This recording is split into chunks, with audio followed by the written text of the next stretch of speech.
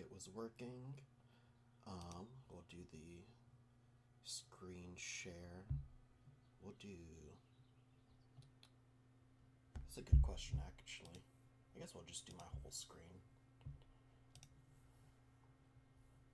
1080 is fine. 60 FPS is cool, I guess. Here we go. Are you streaming? There we go. I do see it. Cool. Yep, I just started sharing my screen. Close all the tabs you don't want us to see. Yeah, right? Oh goodness, no. Don't worry, I very paranoidly did that before. I was looking up things with OBS just to kind of double check that. But alright, kind of jump into this. Hey, what's up, Daniel? How are you doing? Hey man, I'm feeling good. I'm ready for some Bravo gameplay. Heck yeah. So, I'm excited for this. Just kind of going over our thoughts. We're two local Bravos down here in San Diego. Um, Definitely, I would say it feels like the mains that have been on them the longest, or that have like kind of really stuck to them the longest, at least in our little circle. Yeah, if not the longest, the longest consecutive Yeah, seasons. yeah, the people that will jam them at every comp event possible. Oh, I did fall off for Starvo for a minute there. I will admit. That's Bravo in a new coat. Yeah. Um, so we're gonna be doing some games today. Uh, the kind of idea is we're gonna be kind of piloting the deck together. I'm kind of really interested to hear and kind of compare some of the lines of thought that we have for this deck. I've been told by a lot of the locals that we tend to play a little differently. So I was gonna mention that. Yeah, we are always told that it feels so different. The same Bravo, the same like crush cards. We both play, crippling, spinals, pummels, and people say they get a different vibe from each of us whenever they play us. yes, so I'm really interested to see kind of where exactly that comes from. This seems like really a great opportunity for that. I wanted to ask. I've really been kind of playing around with some different Bravo lists. Hmm. Did you have a list that you were a fan of? Did you have a list that did we want to run off your list tonight? I can kind of show you what I was working on with mine. Let Let's see yours, because the last one I did was for the PT, and there's some changes I'd like to make to it, but we could also just run that. Yeah. Okay. So I've been really bouncing around on a lot of things. I am on 42 blues right now. Love Um, it. I'm always an advocate for a higher blue count. yeah, it feels right now like a lot of the reds that just weren't as impactful as I had wanted them to be. Um, Hmm. that was really why I would be on 39 blues. Is just for like a bigger tech suite. I like that in more aggressive metas. But this feels like a meta where those blue block threes having a bunch of cards that block three just feels really good. Uh, Yeah, we're not so stressing about having to block with your power cards. If there's fewer of them, where it's more concentrated into the few reds you have, you can really pick your spots like that. so I've kind of taken a little bit of a lead from you on some of these. I've kind of been trying to play out uh, something a little different than I normally do. So right now I'm on the general equipment here, AB3, the exact Hmm. type of equipment that you'd expect from Bravo. Yep, This is kind of stock. kind of my main board here. CNCs, cripplings, sink below, spinals for the Hmm. reds. Pretty much exactly what you'd expect. Um, but getting down here to these other reds, I'm on the choke slams. Feel like you gotta have those. I am trying the three pulverize. Yes. I have pummel, of course, always three.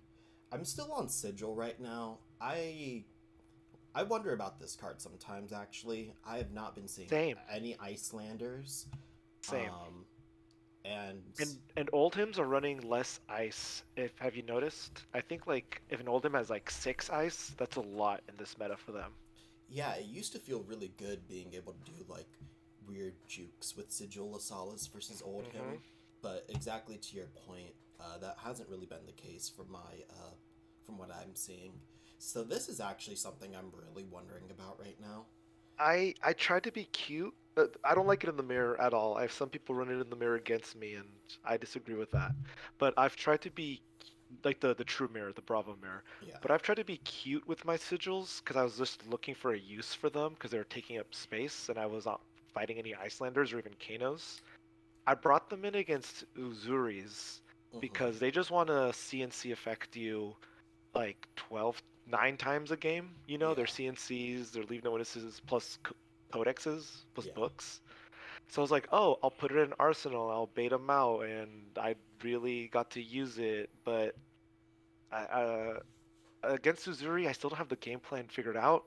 But I don't think being cute with sigils and Arsenal does anything versus them. It like interacts with them in a meaningful way besides the trick of like a juke. yeah. And you know what? Even what I'd say to that point, at least in that specific matchup, which I do kind of agree is one of the matchups that Sigil, that's one of the ones that I run Sigil in, and I feel Hmm. like I get some value out of sometimes just because they dagger a lot and stuff like that. That But for is true. That is true. but I think even in that specific matchup, um, I wonder if Fate Foreseen would be a little more impactful. I think it would be better like in that specific matchup, just covering and hopefully I think we'll play Zuri a little later today. But a big part of what I think about that matchup is we really just need to get through the CNCs and the shakedowns, and I'm Hmm. not that worried about in that matchup once those are out of deck. But I wonder about Sigil Solace kind of is I guess something that maybe we can try to evaluate tonight, and when we do and don't want to see it. I've got this. Yeah. I've got the Zealous belting. I personally feel like this card just needs to stay in the deck for some matchups. Um, I Yeah, I agree. I don't like I don't play it often, but I feel like the matchups that I bring it into, I really need it for things like Hmm. Dash, things like the Icelanders when I do see them. Hmm. I with less ice, I actually do run them into old him now as well as the mirror. They're um they're just so nice on those 3 card hands. When you're able to play them, it goes above rate. It's something that not a lot of Yeah. cards do. Just speaking damage wise, it feels like we really rely a lot of our on our on hits really to get the most value. And I like Zealous for just pushing damage. I've got the one Remembrance. Um, I just like that. I feel like we need that for old hymns. Yeah, I agree. I think it's a necessary evil. I My problem is too. I feel like I only really bring it in versus them. Are there any Hmm. matchups, any other ones that you really do it for? I'll do it for Arachne too, actually. But Arachne Smart, maybe Uzuri if there's only if there's room for it because some of them run that fatigue style, yeah, but I don't know if they can do it as well as just an Arachne. yeah. But one that I was actually impressed by Remembrance in is the Dory matchup. Because Mm, that matchup goes grindy. They have rainbow shunts, they have their yep, warrior armor.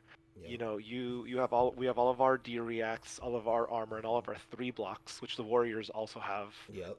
So you could just really get into these long drawn out scenarios where the Dory's almost fatiguing you, especially if she was able to shunt your irrelevant crushes and have kind of like gassed you out a little.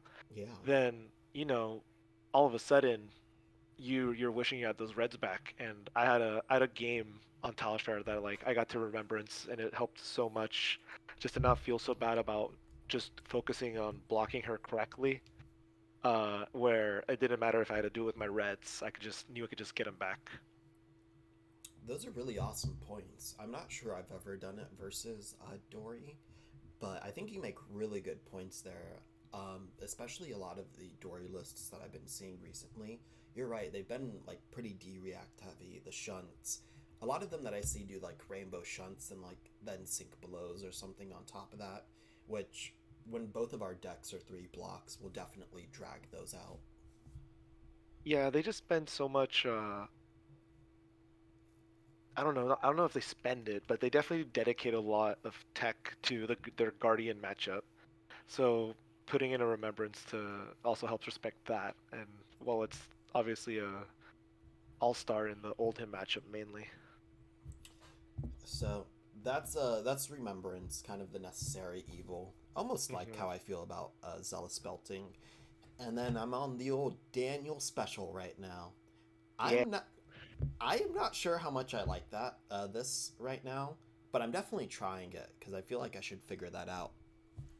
let's try it. I actually wanted to test it something too because I was kind of second guessing myself about it. Even though it was so useful in my, even though it did prove itself very useful in all my Pro Tour weekend games. Uh, we don't want to be results oriented, and I realized that I had two strategies against Lexi. It was Yeah. Steel Braid Buckler, Titan's Fist, and I removed all of my red D reacts for the matchup, where all of my reds were just pure gas, even pulverizes. Hmm. So now I'm thinking, well, did Buckler help, or did removing my sinks help? And now I don't know because I did both at the same time. That's a great question, and I think that that's a really great way, honestly, of thinking of the game. I think I think you put it fantastically. We don't necessarily want to be results oriented. Um, smaller sample size. Congrats, by the way, on crushing it at doing so well on that constructed portion. Yes. Well, only the constructed portion. But thank you. I was very proud of myself because I knew I would bomb limited. Well, that's I think that's really killer that you did so well on the constructed portion. I mean, I think that down here especially we focus so much on CC. Um, Hmm. it's Hmm. kind of cool to Yes. see that kind of pay out. Um, does this list look like something we're okay running tonight? Love it. I love the one blue thump. Oh yeah, yep. Launch responses are great for if you want to shore up Guardians in Uzuri. Hmm. Um, yeah, I like it. Let's do it. Yeah, okay. Let's kind of see who's ready in the chat. It looked like we had Andrew and Yanez. It would probably be Azuri and Reinar. I'm down to see about. Uh, I'm down to see if Yanez is ready first. Um, Yeah, I believe she was taking a shower. just got out. Let's see. Let me tag them.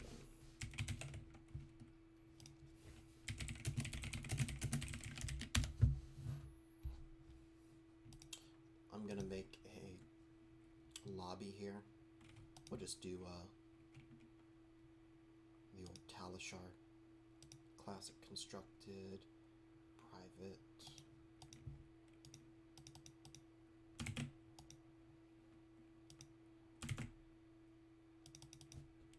That's not how that works.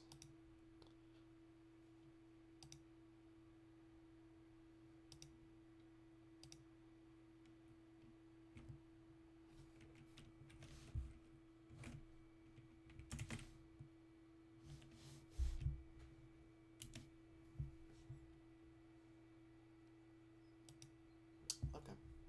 So, I guess assuming Yanez is playing Gazuri, um, how would you, how are you kind of looking at this matchup? What are your thoughts for this?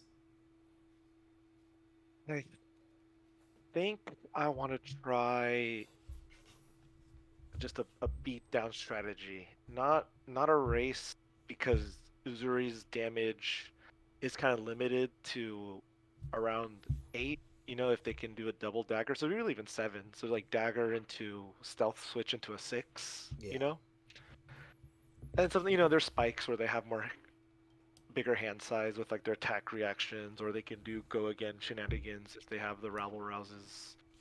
Um, So I think just a proactive pulverize beatdown plan is what I'd be interested in trying. I don't know if uh what do you call it? Choke slam is good because they have their stealth switch, so it doesn't like they'd lose the effect. No, I With a would. chokeslam crush? Yeah, I would definitely say I don't think chokeslam's too impactful here. Okay, good. I didn't know if I was wrong or crazy thinking that.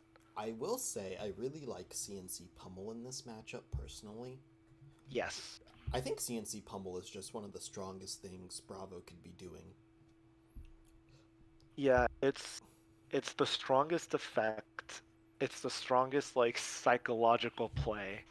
Do they Oh even yeah. have it? Is it a blue pummel? Is it a red pummel? Do I give them my hand? Do I take it and try to build up next turn, hope they draw like a bad Bravo hand, like all blues? So it really is just like one of the best questions Bravo has against any other.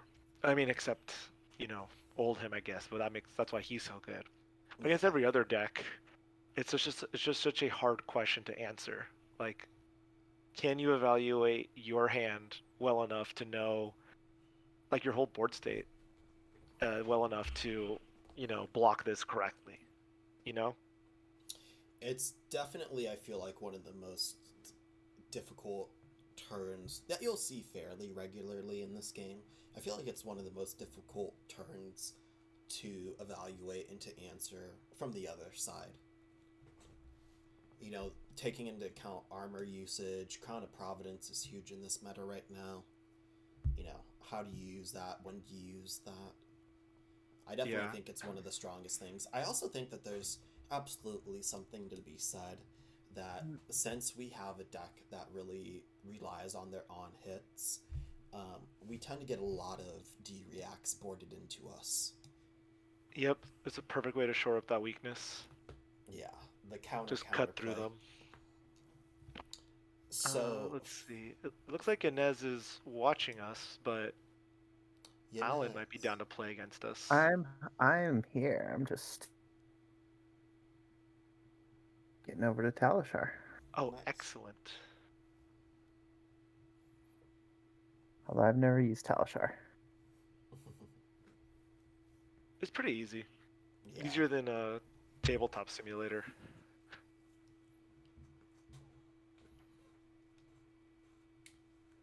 Well, thanks for playing with us, Yanez. This should be the first of many good ones. Gosh, if she never used it, she'll have to make an account and all that. I I've already made an account. I don't Oh, think you good. need to for I may have Oh, you're logged right. in. Talishar. Here, we're short 3 cards, right? In Yeah, our so sideboard here. this is a good question to ask. I know that you were saying pulverize.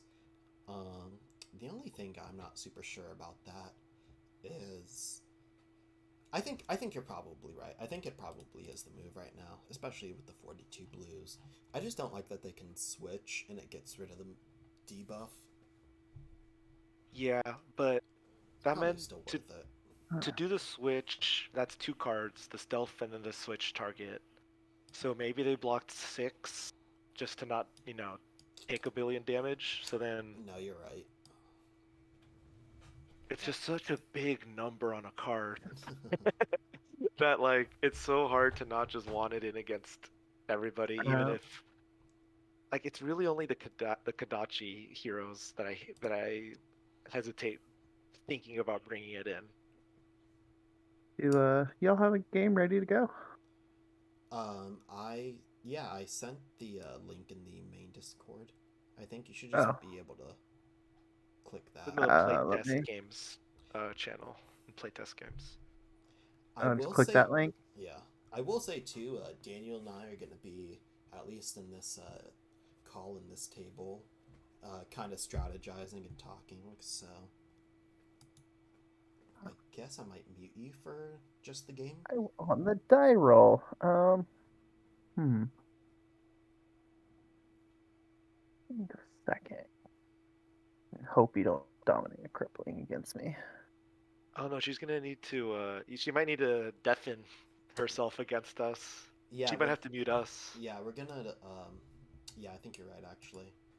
We're gonna be talking and stuff for our turns and everything, trying to do the whole evaluation and all that. So I guess, Wow. yeah. We can't give you all the sauce. Oh my goodness, it's Viscerai. Oh, Viscerai. Okay. Now So we have this to is a change our plan. yeah, this is a perfect example actually of the strategizing. Okay, so for this matchup, I think it's pretty similar. Which of Yeah, these do now you like? I'm not sure how much I like these necessarily. they do stuff against him. Like he can't. It's hard for him to get out from the on hit like in a clever way. Yeah. But choke slams are choke slams. They exist for these matchups, I think. Yeah, I definitely think that this is one where chokeslam definitely feels like it can be very impactful. And Um, it's a little easier because when I have all blues and want to play my pulverize, that's when I want to be paying for his arcane damage. yeah. I wonder about Sigil. I usually don't bring in Sigil of Solace here, Mhm. but I'm curious on of your thoughts on it. I think so. I don't think it's like so Kano-like where it's like just another way to pad life against damage. We have the blues. Oh, we just need to make sure we bring arcane. Yeah, so over here to the arcane actually, arcane legs. I think that that's normally the only arcane that I would bring. That's typically what I do. Yeah, yeah, it's not worth it to bring in more for Visit Rosetta specifically. Yeah. So, is this a matchup that you would Titan's Fist? Um, I don't think so. Viz is aggro, but he has a couple of turns where he's just getting like really high value and not so many insane on hits. Yes. I never, This is definitely one that I would note those. yeah, Personally, me too. I really like the Terra Sunder value. Viz has a lot of armor, kind of early game. Um, so Terra Sunder feels better, a lot better in this matchup specifically. Uh, let's just submit deck. Yeah, this look good. Yeah, I like it. All right, All right, and Viz is going first, all or are right. we going first? Viz is going first, which is very unfortunate.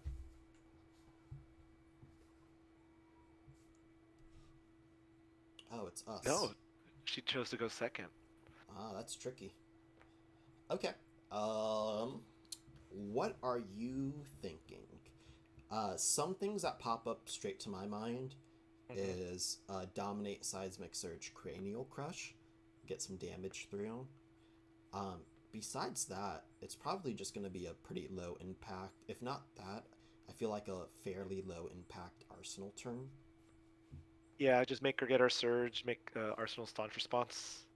Yeah, There's a small argument to be made of sending that cranial crush, but I think having a surge is just better. So we could like start the fatigue and swing for a Nothos, but that could just let Viserai filter better. And sometimes they have bad hands. I personally am very much kind of on that side. Um, I I probably would end up doing something like this, like what we're doing. I'm going to just pitch the Macho. Yeah. These are cards that we'll maybe want in our next hand.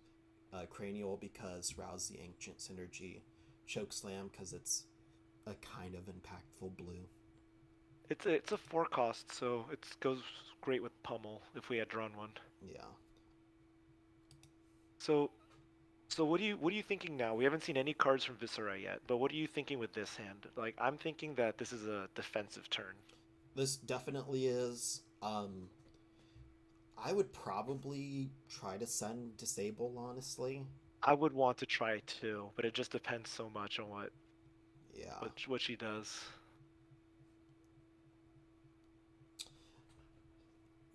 I have a. Yeah.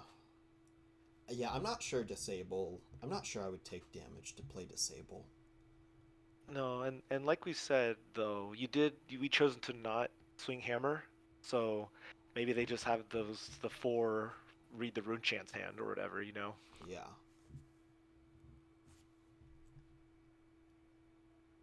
Unless they're calculating our demise. Could be that. How do you like staunches in this meta? I've been off of them for a long while. I brought them in for like Azalea respect, but they could really come or go. Yeah, Azalea is good. Okay, so they are not going to be Rosetta-ing us. No, they didn't even. So Yeah, no, you're right. I'm going to be taking this one Arcane. That sounds right to me. Could we pay for it and then with the 2 floating, just block with staunch? Staunch. And then send Disable. Yeah, this is just efficient blocking. Yep, I like it. No on Like hits that we this? really got to worry about. I don't love Yeah. Staunch sitting in my arsenal either here necessarily. Yeah, especially against Viscerai, because those Marvin skies don't add power, so they don't go super tall with them. They just go wide. So something I think that's important to note is Runeblade specifically, their damage kind of scales with their hand size. Really, I feel like one of our most important kind of things to do here. Oh, I'm freezing just I have to a bit. reload. Yep. Yeah. Cool. Yeah. Yeah, one of our biggest, I think, objectives for this game is going to be really trying to keep them off 5-card hands. Yeah, I'll always be threatening some form of disruption. So here is a classic question. Dominate disable or surge disable? I'm a big surge disable person here because they still have a ton of armor up. Yeah, and Viscerai does bring in defense reacts for this matchup, usually. So just forcing them to use it on like a low impact disable or maybe waste crown super early, then that's just winning trade there. So we don't really need to be losing the value on surge also.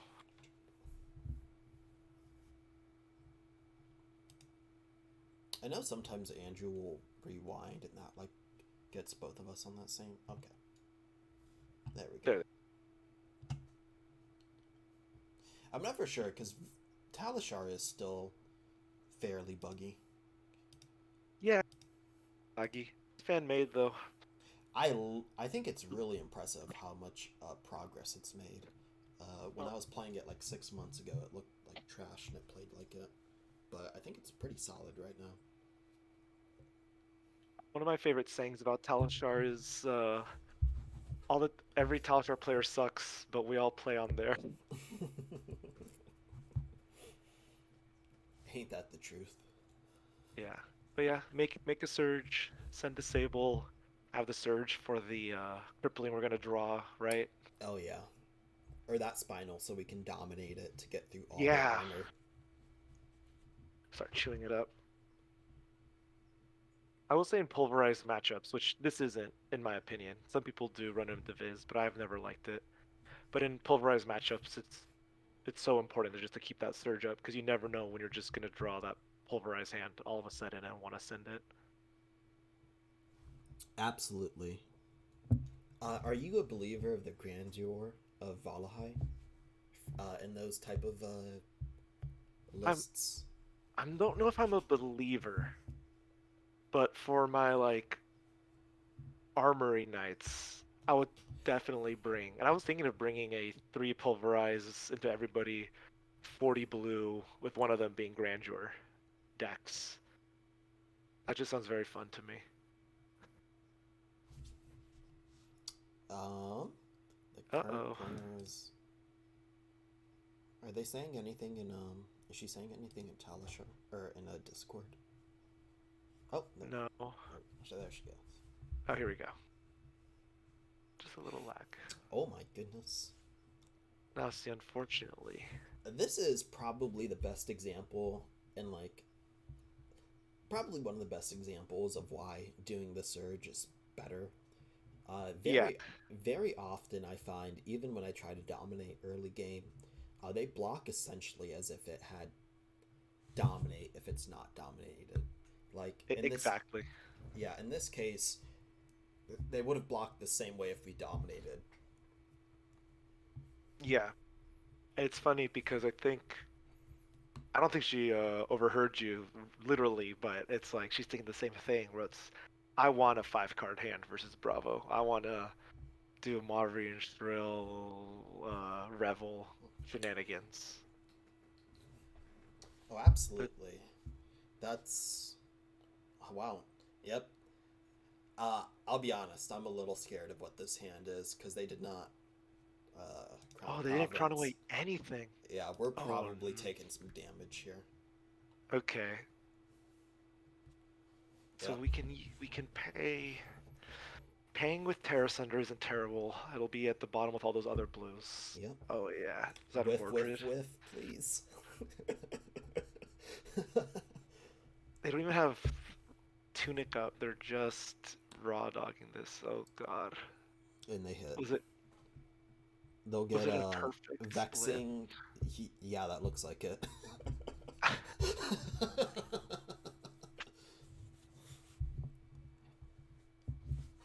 Okay, so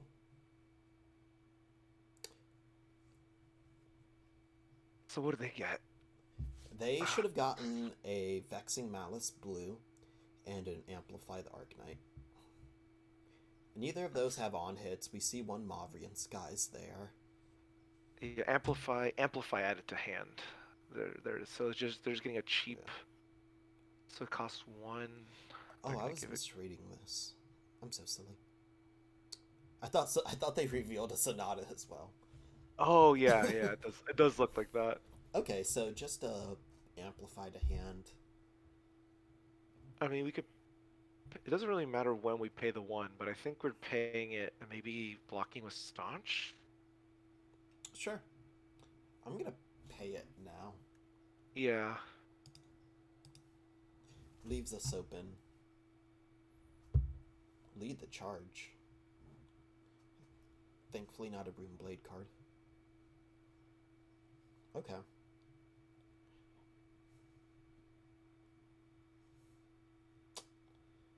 So, they played the lead the charge. She has another action point, or she should have another action.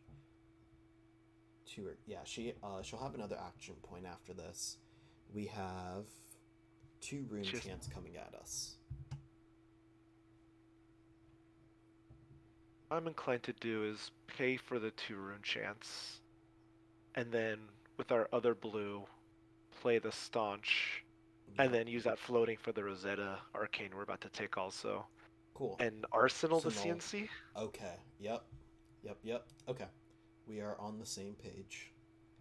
I Yeah. am a big fan of this CNC in our arsenal. And I don't know if it's a mistake or not, but she used her crown very early, which makes me more inclined to want to save it, set it up for next turn. Oh, absolutely. This is great too because we're covering most of it. But it's not, thankfully this was lead the charge, not Mavrian Skies. No need Yeah, for any armor use. kind of Mavrian Skies at home.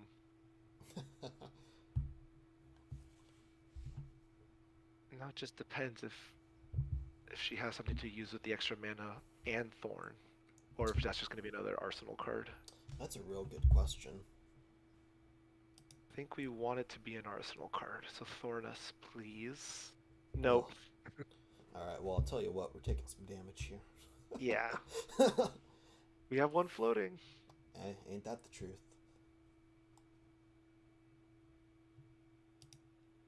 And then I don't think we just grip this CNC with our.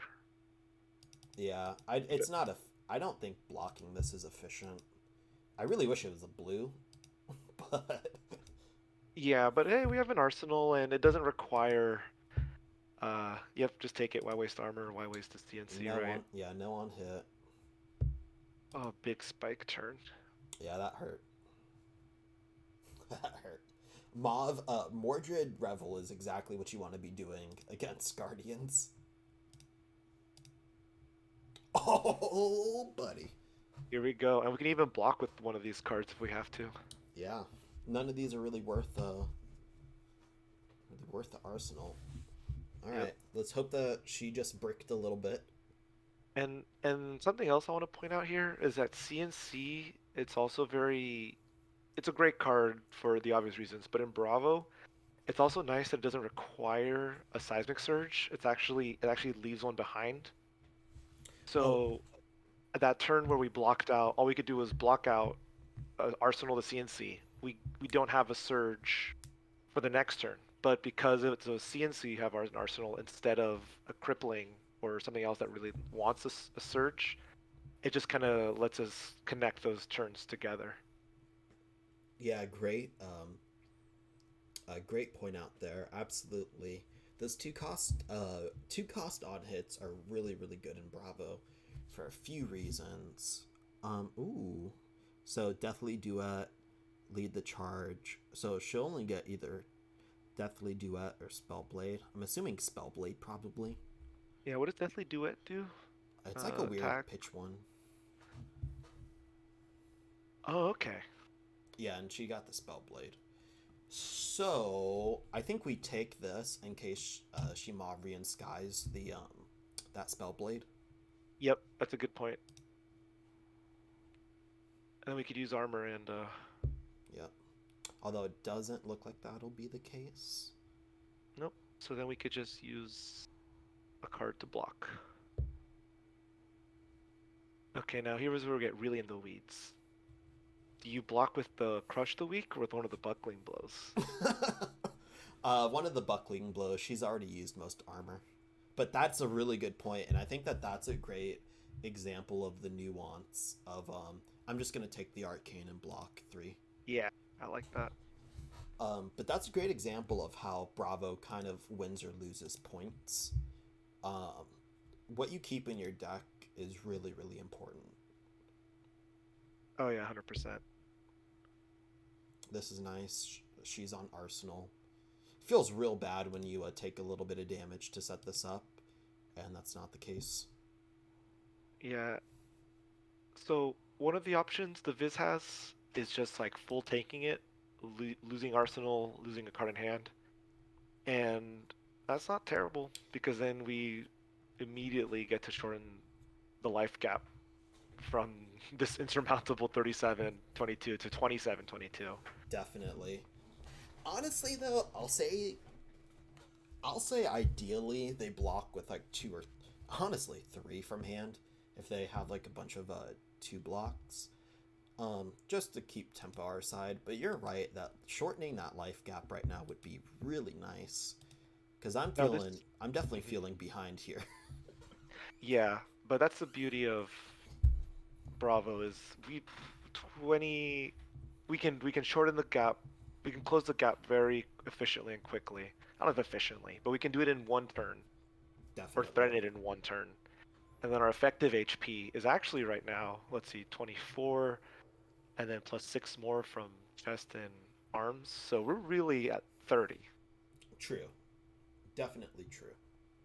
So the gap is smaller than it looks. All right. Well, here it is. Yeah, I definitely think we still do it. yeah, 100%. We got our surge. A CNC and a shrill. Oh wait, a shrill Brill and Arsenal. We got a and red deathly Brill. duet. Red shrill Okay. and deathly duet. Oh, I'm tempted to take some damage here. Pretty yeah. much no matter what it is. Oh, thank goodness. And this is a turn that we can take damage. Yep. So It's 3, 4. It's still 6, but it's worth it. yeah. It's like damage that hurts, but this gives us a really impactful play with this crippling crush, and then we have a really impactful arsenal. And I could promise that they'll be on arsenal because they'll probably block 3 from hand. Arsenal Yep. 1.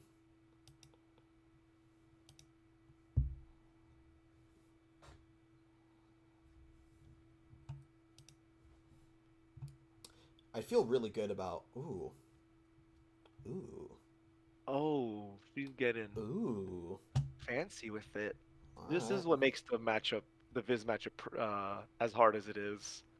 It's gotten easier lately I've noticed. I don't know if that's Viz's like the list he's kind of forced to run in this meta, or if all of Bravo's tech cards have like are more relevant against Viz nowadays. But Viserai is still a Rune Blade.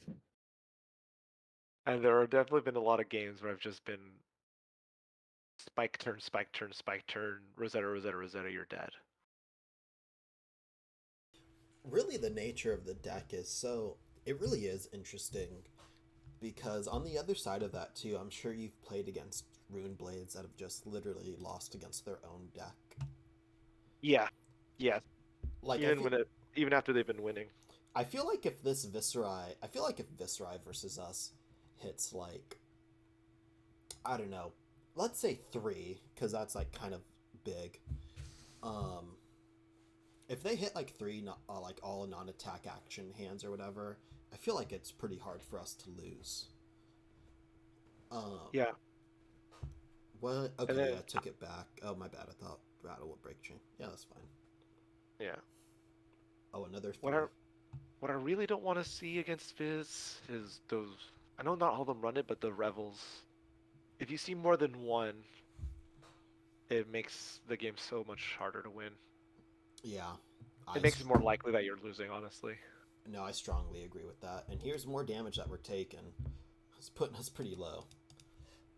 Yeah, it feels bad not blocking something, just going low, but It is armor, correct. we can get better use out of this armor. And we still have 13 life. Okay, so yeah, I'm glad that there was no real question there. Definitely crippling crush here. Arsenal CNC. I think that's the nature of this matchup and of the power of crippling crush. I mean, we played towards it, we made sure we always had our surges up. We blocked when we had a bad hand, and now when we have a good hand, it's worth it to take damage.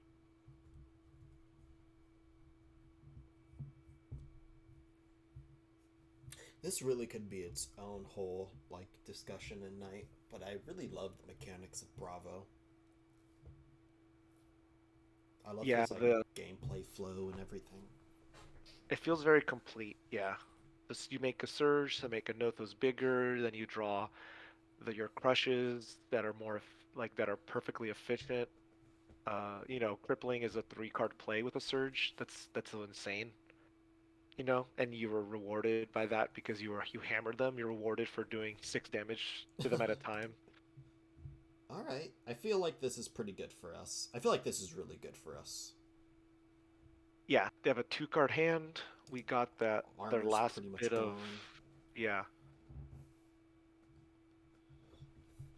Their good armor is gone. They really, they usually don't like blocking with these. Oh, buddy. Yep. So I really hope that she just Arsenal passes here. Oh, nice. Okay, so I think that we have a real discussion here. Rouse the Ancients into CNC, I think really pulls us back ahead. There's also the CNC pummel sitting here that's nice and pretty. Yeah, I'm inclined To to block. not take so much damage, yeah. So we're just taking 1 rune chant and this 2 physical. Yeah, I say yeah, we block. It's more efficient than the pitch. And we CNC pummel. okay. So I will block. This is a good one too. I feel like with Rouse the Ancients, Yeah. keep our 3 blocks in deck. We're at 12 life. We're not going to be Rouse the Ancientsing later. Yeah, exactly. Okay.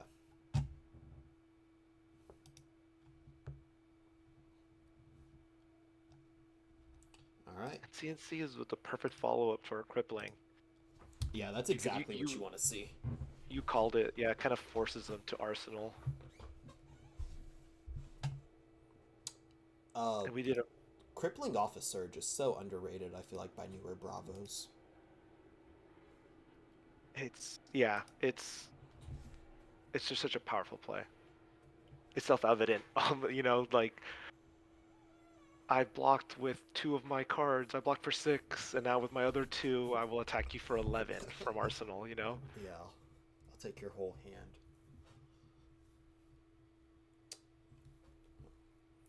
Yeah, the real tanker. When Inez goes back to watch this, I think I'm gonna say this because we also have to think about how our opponent could play. How could our opponent play to beat us, and how we're prepared for that. I think if on the first CNC pummel, maybe if she had just blocked 12. Yeah. We did draw the crippling afterwards, but you can't. We could have drawn anything afterwards. What did she use the Crown of Providence for? It was the Uh, disable, right? For that big Mordred to turn. protect the Mordred turn because she had to block 4 to stop the crush of disable. Yeah. That's So tough. that was an insane turn. I mean, look at her. Look at she's in a winning position now. Yeah. That was probably right of her, actually. Victory! I'm kidding. No, I think you're right. I think overblocking these type of things is a bit underrated. This is funky. Maybe she has a D-react. She doesn't mind arsenaling after taking some damage here because she'll go down to 1 card left. We definitely still pummel here, right? Oh yeah, yeah. All right. I do. The only thing I was thinking is reinforce the line, but that's so specific. I know Dashes play it and Katsu's. I don't think it's in Viz's wheelhouse yet. So we got a swarming from Arsenal. That's real nice. We got a Mauve here, Amplify Yeah, here. It looked like they... Yeah. What did they discard? Another Mauve? Yeah. Nice. Oh, this is... I don't think great for us. No, see, this is exactly what Viz wanted to see happen after a good block. Yep. So, my thoughts here, I think that there are a few things that we can do. I think reimposing Visage for Showtime almost always. And I think the question is, do we Anothos there and get an impactful red to Arsenal? Or do we get a blue to play Chokeslam or something like that? No, I think we Anothos. He's gonna take it all, but we will be able to block better because we'll have Showtime to bail us out on the next turn. Okay. So I think you're right. I think we get. Which red do you think we get? Well, that's the next question. I think probably Spinal? I was gonna say Spinal because we're not gonna be able to make a surge this Yeah, turn, exactly. and Spinal is always a 3-card play no matter what. Let's do it.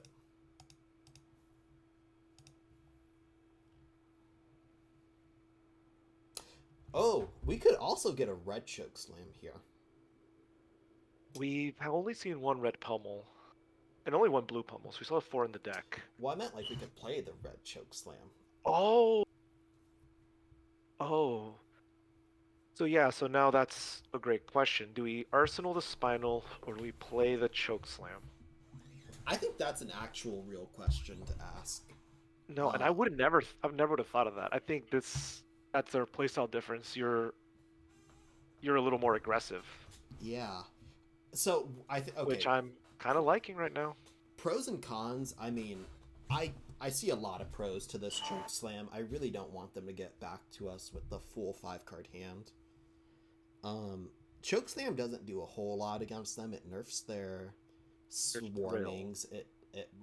And their shrills are the big ones. Yeah, they're not a power buff deck. They just do have those 2 that are very good, but only those 2.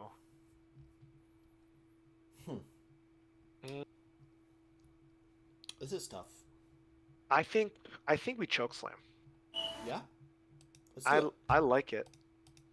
It's also a line I don't think I would normally do. So I want to see how it plays out. I will say that is how I was leaning. That's what I was leaning towards there. Definitely. I don't think it's great, and I definitely wish it was more impactful here. But we still get the draw off Showtime. We're cobbling a turn together. I agree. This is one of the I always I always say it. It's Bravo can be the dog that caught the car. He has the tempo. And then what is what did he do? What did he do with it? You know? That's so accurate. Yeah. Those Let's the, see. those blue hands are gonna be there waiting for you whenever you get that tempo. Those But I all think blues. But I think cashing in the surge we had made, we've been so good on using our surges.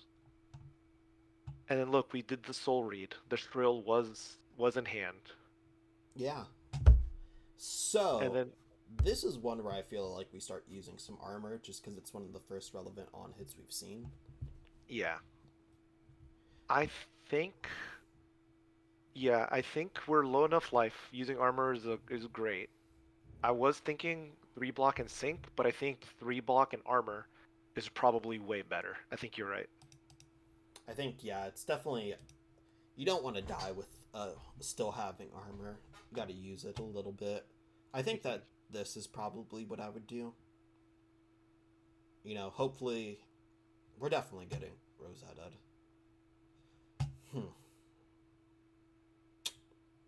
What we At least could she'll do be off against Arsenal.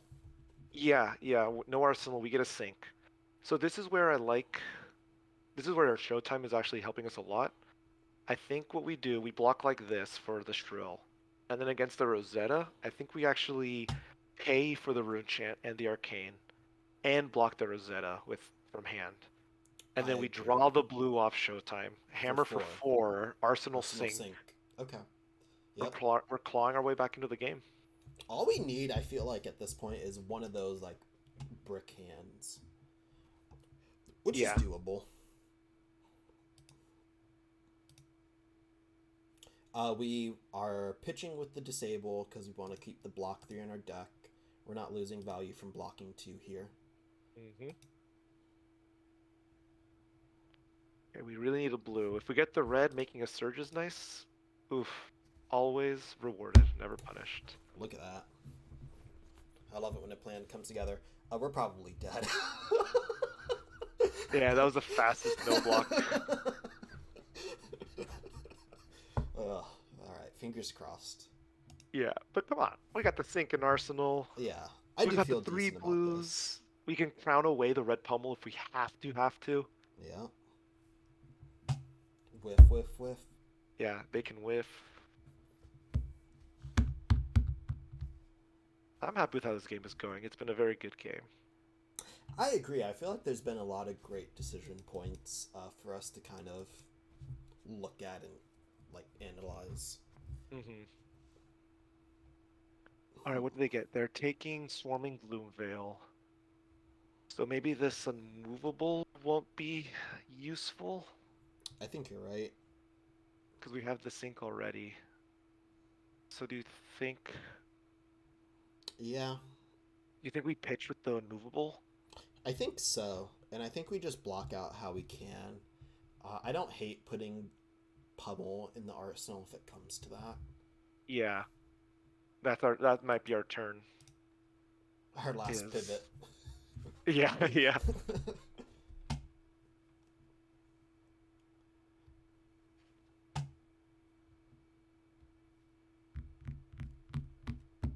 If a non-attack. Okay, so they just made a Rune Chant. But they don't have Go again right now? No. They still got Creepers up, but no, they don't. So... Yeah, so they're gonna Creepers in some non-attack. Some shenanigans. I don't think it should be anything that threatens the on hit. Yeah. Do you think we just sync this because it's so efficient? 4-on-4. At 11 life, it's hard for me not to think that way. I'm gonna go through and do it, and I'm not gonna sync anything.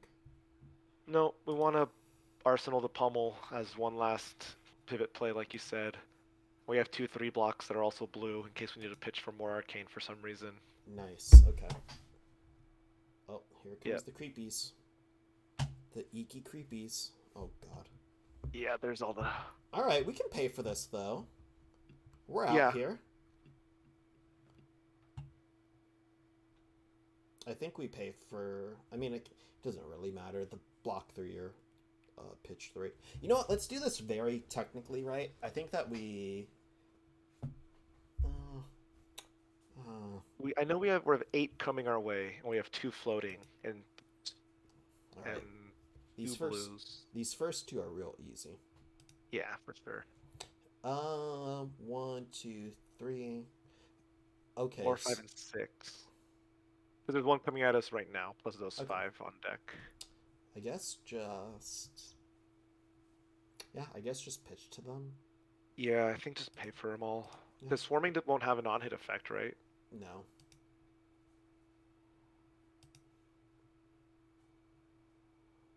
No. I mean, it will, but it won't have one that matters. Yeah, because not an impactful one. That tunic afterwards is gonna hurt. Tunic. Yeah, that tunic thorns. We're taking. So let's. we're taking 8 because 4 from here, and 4 from Rosetta, and all we're doing is arsenaling a pummel. So we're going to 3. Yeah. I guess the question is 3 or 5, and I guess 3. I mean. Yeah, 3 with a pummel and arsenal, and just hope that she draws 4 lead the charges. Bricks. Yeah, I don't think 5 is that much better than 3. Yeah. And this goes to show though that choke slam off of imposing earlier wasn't a mistake because we needed that the ripping cards from hand saved more damage than just the hammering for 6. Oh, we're going to 2. Oh, I even miscounted that. We're going to 2. I mean, do you block with armor here to not go to 2? Or is that too desperate? Is that a cope? I think this game is a cope at this point, but I think we do actually because we only have AB1. Yeah, I don't know if that's real. I think we use those 2, and we keep the filter of cop up. I guess. Yeah. I think that's technically right. All right, brick. And hey, we have all these blues. Look at that. The old The pummel thump. Yeah. The thump Omega rewarding us if she bricks. And then we can arsenal the unmovable. These dogs are still in the fight. Yeah, we're dead. I will say I have won games like these from this position, specifically against Runeblade. Yeah, and it also goes to say that I called it where if you see more than one revel, it's very sad. Very sad. Alright, not as quick of a turn, so that means that there's some real decision making over there. Which is a good sign. Yeah. It wasn't like the snap no blocks of last turn. I knew with how fast that passed, we were in trouble. Mm-hmm. Let's say they have a normal turn. We're pretty much hoping that we block with 3 cards and then swing for 4. Yeah. Start the grind, yeah. Oh, goodness. Oh. This is actually kind of good for us. So soak 1 with unmovable, block, swing? Or there's a lot we could do here, actually. Yeah, I don't want to take damage.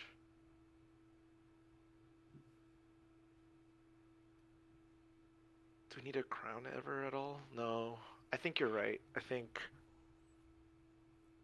I'll pitch. it's just kind of the play we're forced into. Yeah.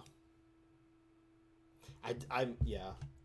I struggle to see anything else that we can do without really taking damage. Mm-hmm.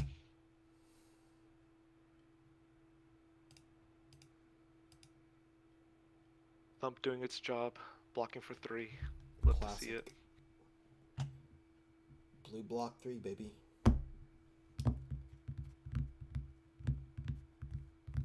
The titanium bauble deck. Bauble tribal. Hey, we did kill creepers though. Look at that. We didn't even think of that. That was important.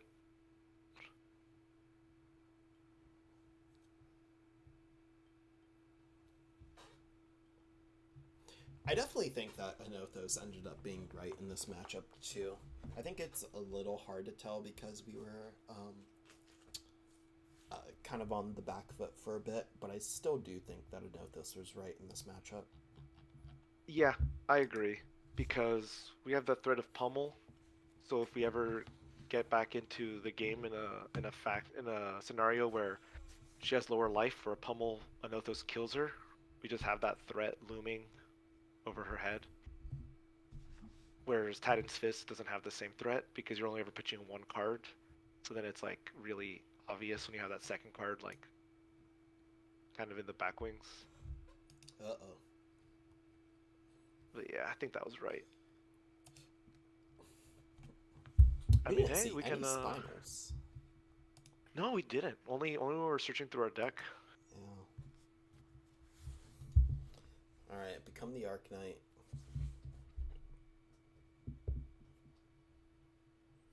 Alright, if they do something like read the runes, I got a crazy suggestion. Okay. Which hopefully they read the runes. I really hope that they read the runes here. Oh, like read the runes pass? Yeah. I mean, that would be amazing. I would also love for her to just go to the menu button and click concede. Alright. I think if they did like a red read the runes here and went up to 3, let's say like they did the what's that oath card? There's like the blue oath card or whatever. They did like some like lead the charge type thing and then read the runes. Oh no. No, they're going wide. Alright. With a mauve. Yellow mauve. Okay. So we got... It's going to be 5 go again. I'm definitely thinking Cop, block 3 for that. We can... Arcane... Yeah, I think we have to pay for this arcane because the Rosetta's coming later. Yeah. Pitch that. I think it's block. I think it's block, cop, get a pitch the pummel, right? Yep. Yep. No, I agree. This is it. I don't. Yeah. Excellent. Not so much we can do here. No, but we are rewarded with the blue shrill with the perfect cop block lineup to That draw. is Keep real just nice. yeah. This has the on hit of not being able to prevent arcane damage, right? How many have they made this turn? 1. I think only just 2. 1. Yeah, I don't think that on hits for this one. Okay, good. So maybe we just block 3. Yeah. Is it block 3, then block Rosetta, and then swing for 4? Yeah, we have to. Definitely.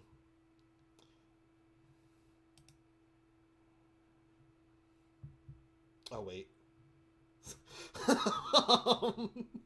Okay, never mind. Did that work? I don't think so. Alright, Daniel. I think I lied to us. Yeah, we can do the Talshar undo, because we were Classic. literally like, Oh, God. that's okay. I'll be honest. I think that was kind of going that way anyways. I Yeah, definitely did not mean to do that, though. No, that's one of the bad things about Talshar is you can't. It's sometimes not clear about what effects are active. But no, I agree. I think we were at the point of begging for a read the runes turn. We were at 4. That is kind of what we knew. Can I talk now? Yeah. What's up? Yeah, of course. All right. So I actually didn't bring Read the Runes in. No, we were memeing. We were hoping that when we were at 4, you would just read the runes pass, so we could make a comeback. Just walk yourself, yeah. Yeah. I feel pretty good about how me and Daniel played there. I think that just didn't end up. I don't know. I think that just ended up being really kind of good game. I think that there were a lot of good decision points for that on our end, but I think that I think that you did a great job blocking that disable to kind of get that really big Mordred turn that kind of put us on the back foot. I was Yeah. wondering about that play for a lot of the game. Like, was that right to do there? You know, we still had CNCs and Hmm. stuff. I definitely think it was. It ended up being right for sure. IMO. Yeah, I knew I had enough early damage that you would probably have to block out that I could get a big Revel Bomb off at the end of the chain with.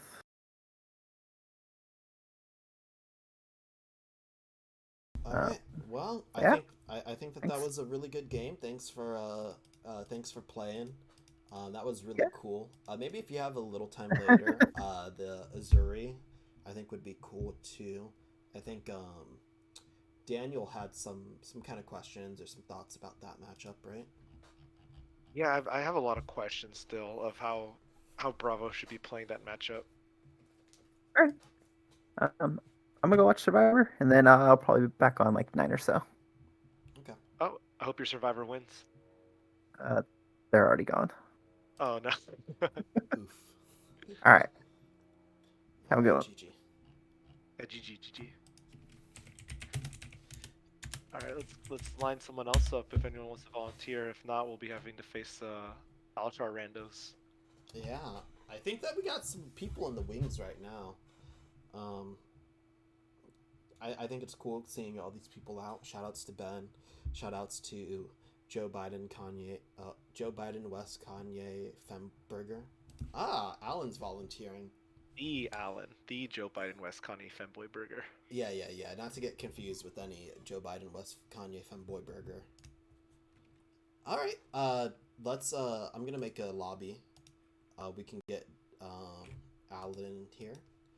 Roughly, roughly. How much time do you have tonight? Oh, me? Yeah, you. I'm good to keep going. I've only been at this for an hour. Yeah. Okay. Cool. I'm going to use the restroom real quick. I'm gonna set up this lobby, invite him and everything, and I'm gonna use the restroom real quick before we get into the next one. I think it's a good cue for me to use the bathroom too, real quick. Yeah. I'll see you back here. Get some water. Perfect.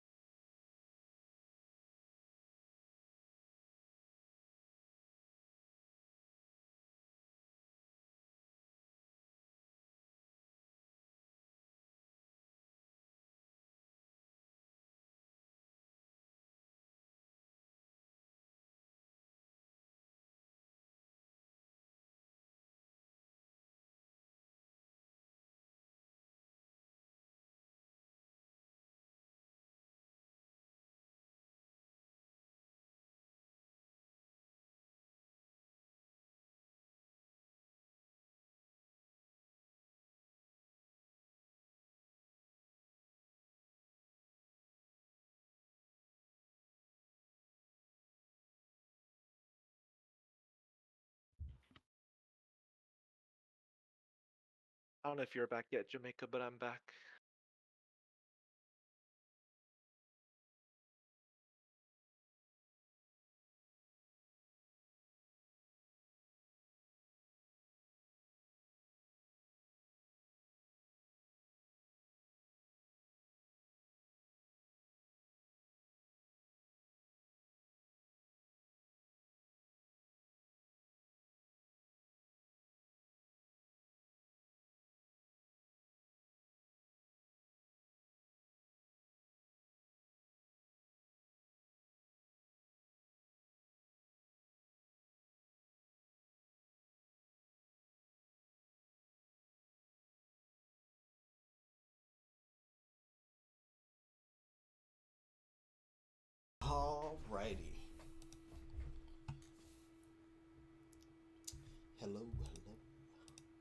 back at it. All right, let's do it. So, Levia, this is a really weird one for us. I guess let's start with the sideboard here. Yes. I really like the choke slams here. I think that that's pretty much necessary. I agree. This is where the rest of this becomes a little harder to me. I would personally probably lean towards pummels here, and I'm not sure I would take out anything else, but I'm not sure. I think there's an argument. I think there's a really strong argument for pulverize possibly in this matchup. I think if we were going first, I'd make it a lot easier to decide that. Yeah, we're going second. No, we are going first. See, you will go first. Joe Biden chose, but we will go first. Oh my goodness! All right, I'll be honest then. I think we pulverize them. Yeah, is this crazy? Because this is the Levia.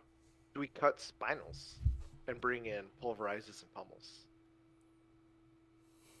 Classic Alan. Yeah. Ready when y'all are. He 'Cause, plays so fast. yeah. Okay, I like that. I'm down to try that actually. Because spinals, just make sure I'm not missing anything obvious, but I guess it does something. Blood Rush Bellows. Yeah. Bellows turn. It nukes their Blood Rush Bellows turn. But so does Choke Slam. Yeah. I guess not against their claws though, but they want the full. I wonder if we do no Sink Blow actually. But I like that against. I kind of like the Sink Blows against Alan because he does the pummel stuff. We could cut. How many blues do you run? 42. We could do Rouse the Ancients. Yeah, I say we could cut Rouse or Unmovables because they're kind of 2 blocks. Because you have to pair them with another blue. That's true. You know. I think we keep the pulverizes, pummels, and spinals, and we cut some number of blue Unmovables. Okay. I'm down to try the blue Unmovables. My gut says Rouse, but I think let's try the Unmovables.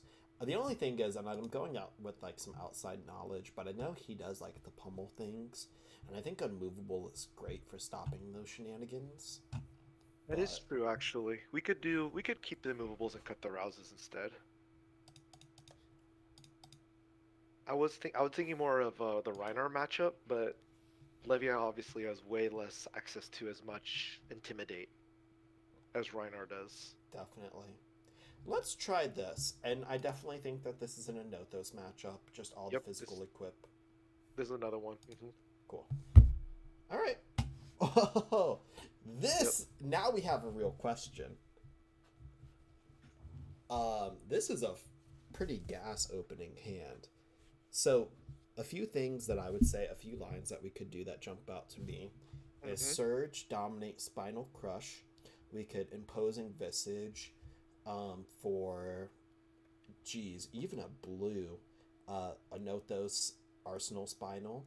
We could even get a Crippling Crush and make a Seismic Surge, getting like the Showtime stuff. I was thinking we go bigger. My first instinct is Pulverize. Pulverize, eh? Yeah, Surge, Imposing for Showtime, just Arsenal the Pulverize. Just raw Arsenal it? Because then we'll have all we need is 3 blues. So we get the draw 4 plus the Showtime draw. So we get to see 5 cards.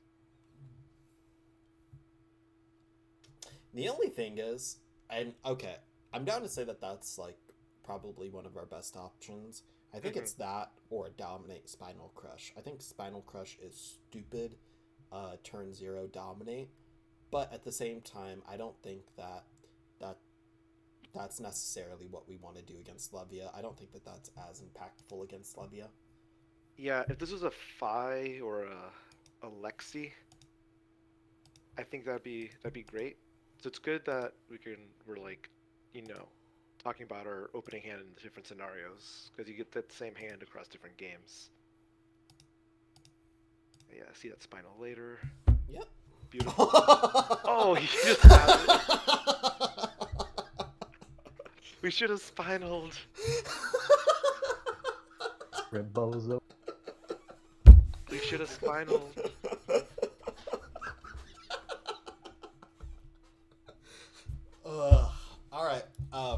Okay, I think we take this first one. There's a lot more damage coming at us later. Yeah. I still want to pulverize. Yes, we are gonna play Pulverize. I agree. Okay, we'll take this Now the thing is, we are blocking with at least one of these cards. for sure. Now, are we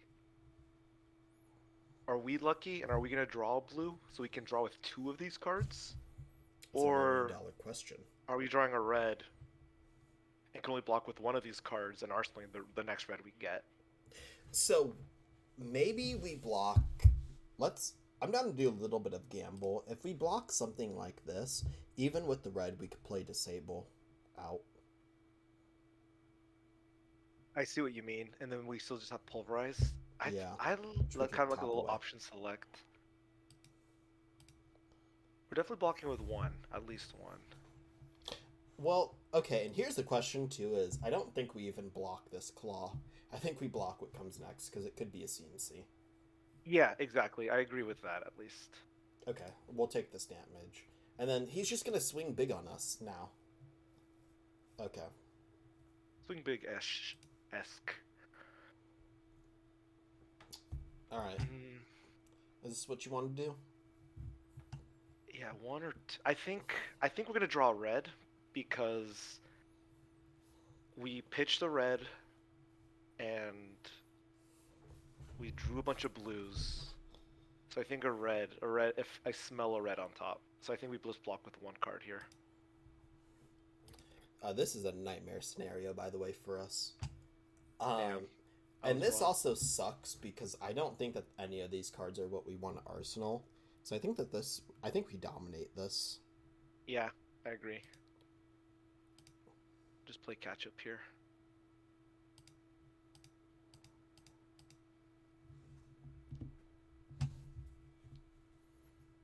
Watch this 5 coming from this Gabskin Leathers next turn. It would be kind of funny if he took it, and then it's just the game is just 25-26 in 2 turns. Oh man. So one of the reasons why I was not as big on the spinal dominated turn 0 there. Oh, this is nice. This is real nice. We got our value off Pulverize. Oh, He blood rushed Paolo. blood rushed? I want to spinal pummel him. Do we spinal pummel? I'll tell you what, we take this one. Yeah, we can take this one. I think we take the 5, you know. Yeah. I don't love it, but I think we do. And then he's gonna swing big us here. Okay, so we took 14 to thread in a 13 that's disruptive.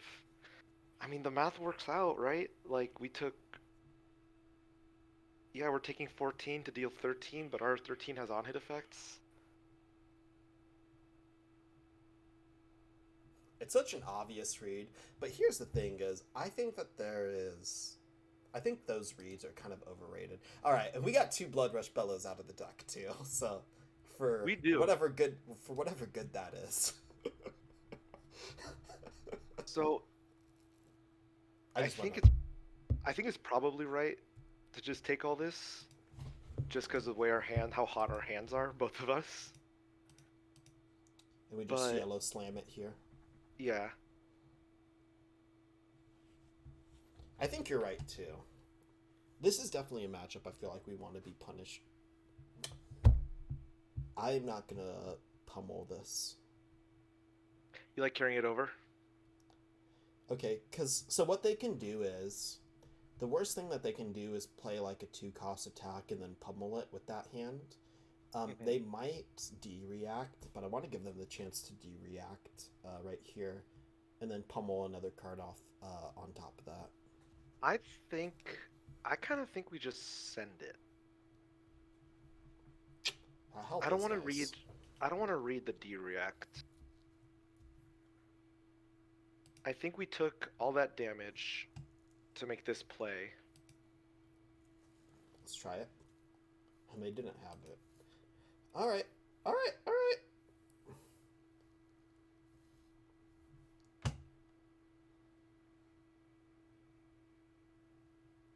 Now, do we? I think we 2-card block, and then the question is, do we send 6 or do we Arsenal crippling? I think we Arsenal crippling. Okay, admittedly too, this is where I'm a little tempted to start giving armor. I think here where we've seen both Blood Rush spells gone, I think now we can start. like kind of No. turtling. Yeah, not turtling, but I think attacking for 6 with a Nothos.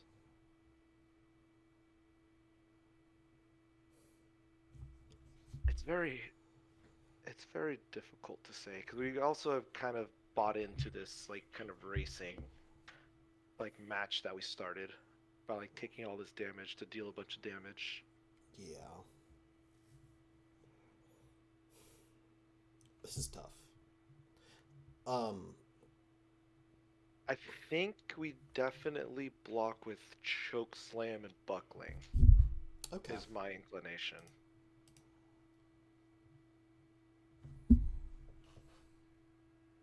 I think I want to use armor for a better turn. Okay. Right? Because I don't want to just speak over you. I'm just saying what I think is what I would do. Or what's your? I know you said you were thinking of using armor. Like, how were you thinking of using it here? So what I would have done, and there's a couple things actually. So these 2 pieces of armor is gonna stop anything really impactful that we try to do next turn. Mm-hmm. I would have probably thought something like, honestly, something like this, and I'm tempted to sink. I don't know. That's weird. Sink the choke slam, dominate the crippling. I feel like if so, they shouldn't. It should be a block 3 from hand. So if they don't draw a D react, that crippling gets through. Do you know? Yeah, because they have. I always forget how much does Scabby's block for? It's 2 and then 1, or is it 2, just? yeah, 2 and then 1. So they have 4 here, 3 from hand. Here's a reckless swing even there. I don't know. So, and what this does too is if we block with these, 1, 1, 1, and then a 3 block from hand stops the CNC, which is I feel like the only impactful actual on hit that we want to stop. Mm-hmm. There's also the this- thought of dominating the choke slam or like surging choke slam, like seismic surge choke slam or something. But I do see what you mean by using armor here. I wasn't thinking of that, but that is another line. I don't hate this. It's kind of more proactive, and we're at 11 to 16. Like just because the game is short doesn't mean we're not in the late game now. Yeah. No, yeah, we're definitely in the late game. I think that 1 or 2 strong pivots here is what we need.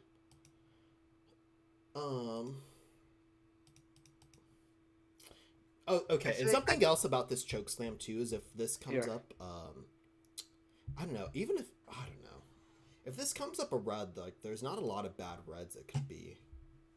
Yeah, I see what you mean. It could be a pummel. Yeah, I guess that's even though we've the worst one, honestly. But we've already kind of been gambling this game. We just keep pushing it. You down to try this? I'm very down to try this. All right. All right. YOLO. Never punished. Yep. Never didn't have it. Never a worry in my mind. There's also the thought of Terra Sundering here, but they have enough armor to block the Terra Sunder, so. Yeah. Terra Sunder will be a nice way to end the game once we kind of start chewing through more stuff here. So I think that this working out like that. Oh, and they gave us Tunic. So Yeah, that was something that I didn't like verbalize. Oh. The Allen special. Yeah. So I guess that's something I didn't verbalize.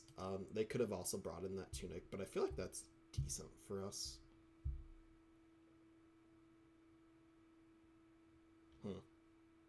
They got rid of our red. I mean, we could 2-block Crippling and Cranial. Swing for 4, Arsenal the Pummel. Kind of what I'm thinking.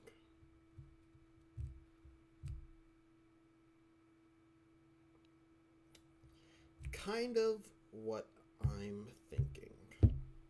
Yeah, it would have been nice if that pummel and banish was a blue, Was so we a could tear blue. us under. Yeah. But we still have more armor than them. I Life think is I'm okay close. with this. They don't have Yeah. too many intimidates. I'm okay with that. Yep. I think we definitely do this. And then pray that we draw the CNC. Oh, we're getting a pummel from them. That's really interesting. Did they just blood rush? Oh my god. Alright. So Blood we rush have a- turn. Oh, it's stuck in hand. I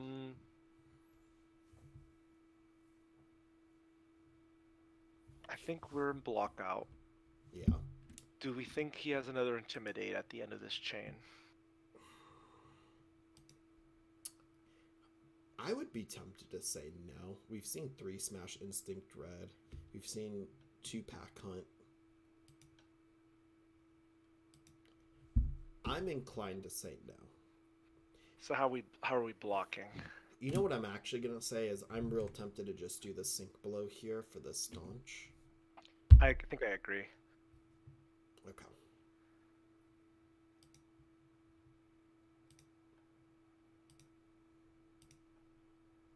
Cool. Nice.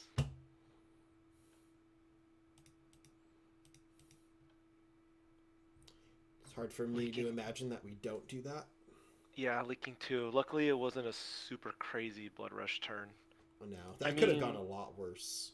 Oh, I'm sorry. I skipped over everything you were going to say. No, that's okay. I think we do have to block here, but could we have kept? Would it have been terrible to keep one of these 3 blocks to deal back 4? We would be at 5. Threatening them for 4. That's a really good. That is a significant question, actually. We did see a reckless swing. Those are what that D-reactor is called. We did see it pitched 2 turns ago. I think Alan does 3. Yeah, we have to just play around them. We don't have to play around like 2 of them, but we have to play around 1. Do you think it would have been better for the blue? I'm Let's see. leaning this way, but He still has an arsenal. I think you're right because this is a blood rush turn. exactly. Okay, let's do this. That's maybe a good turn that we can look back at, and like reevaluate. This is juice. Yeah. Okay, we're gonna do Scabby's 1, Gambler's Gloves 1. Last turn. Easy peasy. I can't believe that he got that turn 1 blood rush below. That was so sick. Oh, do we respect the pummel? I think we do. Let's see. 36. We could respect it with spinal crippling and the 3 armor. And then that way we could still swing for 4 with a Nothos if he doesn't have it. Yeah, that's a good point. Because the other way we do it is just block 9 with cards. Pummel, Sink. Get him off Arsenal, but no, I think you're probably right. I don't think there's going to be a much better use of armor the rest of the game. Yeah, don't forget to give him the reds. Yep. Yeah, here we go. And this is when we start chipping back. So it's either he sniffed out our Sink or he didn't have it. So do we make a surge with the Sink now? I think probably. I think we're not super happy about it, but I think we do. The surge is more value than just keeping like this random. I mean, it's a 4 block, but I think Intimidate also kind of throws some of that evaluation out of the window. Like if it was Dory that we were playing against, I probably would be more inclined. Oh.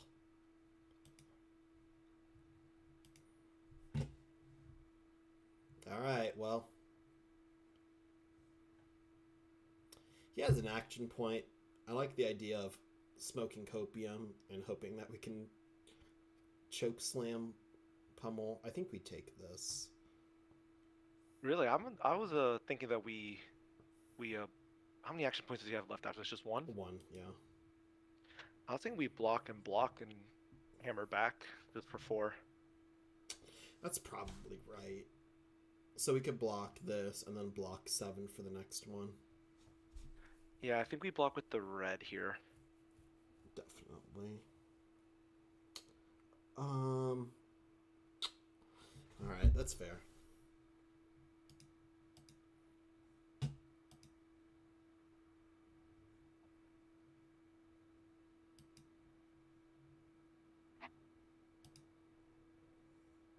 We could full block this if we don't swing back, but we're only taking 1. So I think it's probably still right to just do these 2. Yeah, I think I agree. And we don't sink, just in case because it doesn't matter what blue we draw, but if we draw a red, it's worse. Then it's real bad. Yeah. Boom. Reckless swing us. Oh.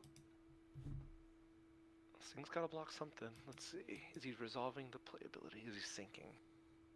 Oh no. All right. Okay, so just 1 action point. I think we block with 2 CNC. That's the same arsenal he had before, right? It's not a pummel. Yeah, that is the same one. I think we... Is there ever a world where he just keeps a pummel there? Yes. It's Alan. I mean, and now I think we block with 2 CNC. If he has a pummel, then we waste it with one of these immovables. I think if you're he doesn't, right. we take 1, and finally we're attacking for 6. We're finally threatening lethal too there. Yeah. Yeah. All right. Not. Do we get big brain and just swing and note this for 4? I think Alan is way too smart for that. Yeah. No. We always need the surge. We want the surge. I've done that against newer players that don't know how a note this works. Yeah. It's a good just little check to be like, ah. Yeah. All right, Alan. Please don't. How many sinks have we gotten? Oh, buddy. Fingers crossed. He didn't think it's a pummel. All right, there's the 1. Reckless swing. Oh. Oh! Okay, no more reckless swing. He doesn't have it. Right. Make a surge anyway, just to be like, oh, whatever. We needed to. So it'll be coming in for 4 no matter what we do, but we can buff it to 8. Oh, wait a minute. Can we play 2 pummels? No, we can only play 1, right? Okay. Unfortunately. So I think we pitch one of these blues in the showtime, and then, if either of those get through, they get through. But yeah, now he's like, they wouldn't have it again, right? They'd never have it never again. Twice in a row. Or does he have it twice in a row? If he does, then it's just he's blocking with those. So, oh no, not this one. So now show him the blue one. Be like, good job, you caught me. Yep. Haha. It was just Arsenal the red one. Yep. Block with the red and the blue. Yep. Oh yes. This is the beginning. This is how your tight play always rewards you. All right. Hopefully he doesn't have it. He doesn't have it. He wouldn't have discarded that, or he wouldn't have blocked with that.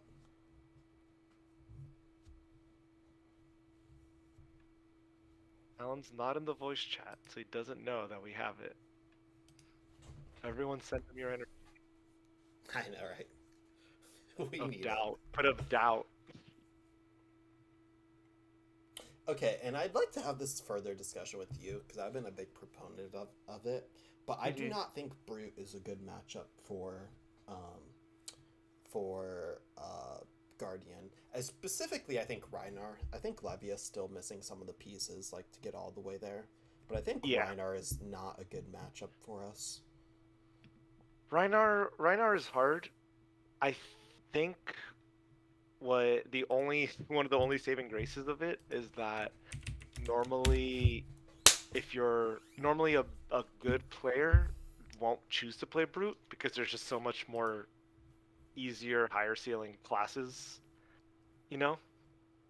I think you're, yeah, I definitely think that that's Much hitting love the to all the nail on the brute head. mains out there, and obviously Alan is like amazing, but if you're the only thing that makes the Reinar matchup better for Guardian is that if a player chooses Reinar, sorry to all the brute lovers out there, but they're a Reinar like main, and not just a good player choosing a good deck. I would agree. And it feels But like that there's a being, few heroes kind of in that category. yeah, but what that means is that I agree that the Reinar matchup is hard, especially when every ounce of value is squeezed out of him by the players that know what they're doing. Let's try to see. Let's see. If if Alan will get in here real quick. Unmute Alan. Yo, Hey, what's up, man? what's up? What's up? Hey, so Mr. Levia, this Bobble? is Mr. Bobble. Um, what do you think about this matchup? What are your thoughts on that matchup? Maybe not even that game or that game's if you want to talk about it specifically. But what are your thoughts on that matchup? Well, as long as I don't get 2 wins in a row, I think it's a really good matchup for me. Yeah, I agree. Yeah, it's just becomes a back and forth. Pretty much when it gets down to the wire. Yeah. So I don't know. one of my big thoughts about at least Reinar, because I've thought about it in Reinar a little more, and you can let me know if you think that this applies to Levia. I think maybe it does, but to maybe a different degree. But I think that Bravo specifically really relies on his on hits to get a lot of that value through. Um, hmm while Brute does similar, if not bigger, numbers, but for like less card resources. So I feel like we get more value on our on hits, but I feel like Brute gets just is a lot more efficient numbers wise. And I think with two decks that both block a ton of threes and have decent armor, I feel like the numbers and the chip really helps. Really pushes it a bit towards the Brute's favor. Yeah, I 100% agree. Especially because a lot of the on hits, like maybe especially for my deck, like Spinal Crush isn't really gonna do much. No. The only really good on hit is Crippling Crush, but I was still able to block that. It did take away my Tunic. Um, what else? I'm bad with names. What's the one that makes it so you can't gain power? That one's really good if you hit me. Choke Slam. Yeah. Choke Slam, yeah. That's really good if you hit me on a Blood Rush turn. The Pulverize was great. Claw for 1. We were We were so talking about that. That was so funny that we thought we got a really like lucky draw, like being able to play that Pulverize, but then you just immediately Blood Rush bellowed us first, Yeah. like the turn before. We're like, well, we're kind of like locked into this Pulverize. Let's hope it's not a huge Blood Rush. It was like 2 Blood Rushes back to back. Yeah, that's pretty sick. Yeah. Did you see all of them? You saw all of them, right? Yep. Yeah, I saw all 3.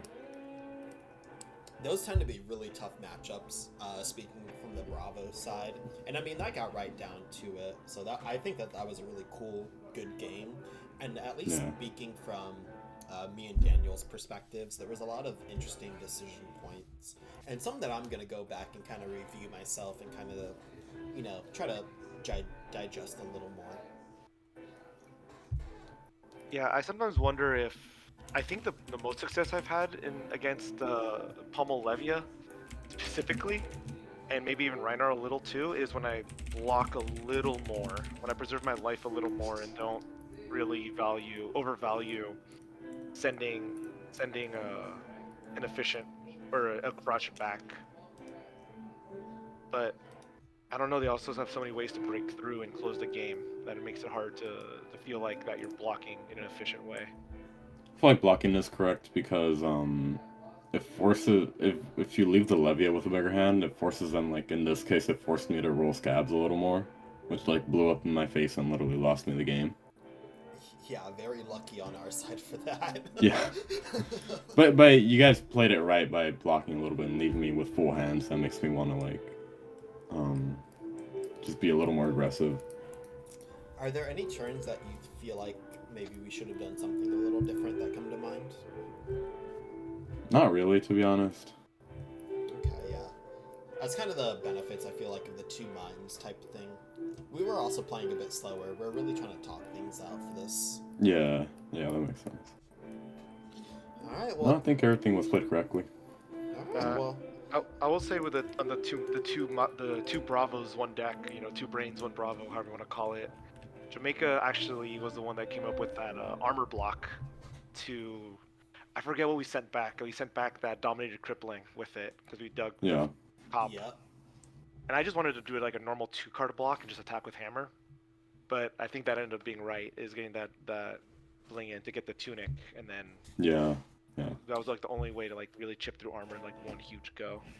That was such an impactful kind of pivotal turn. I feel like if there were any turns on our side to like really sit down and think through it, that was the one. And I think that, I mean, it ended up being correct, but I think that was a great example of so far of how me and Daniel kind of do a little bit of different evaluations. No. I think it actually- also just... Oh yeah, go for it. I realized I didn't make a misplay. I should have blocked the scab skins earlier. In this case, it didn't matter. But if that was like a yellow pummel at the end, because I still had one block left on my scab skins. Yeah, you don't want to die with block still. Yeah, I like completely forgot about it until now, and I realized I usually like to use it early before I even get into pummel range, so I'm not like over blocking for no reason. Yeah, there's a lot of matchups where I forget to block early with equipment too sometimes, and then like it goes to waste. Something I've been trying to do more is make sure I block with like Vader Fist early, so then I don't. So if I do end up breaking it, nothing goes to waste. Yeah. That's just fab fundamentals. Just making sure you get full value out of anything you do. And what I was gonna say was that that's actually the power of Crown of Providence and Bravo.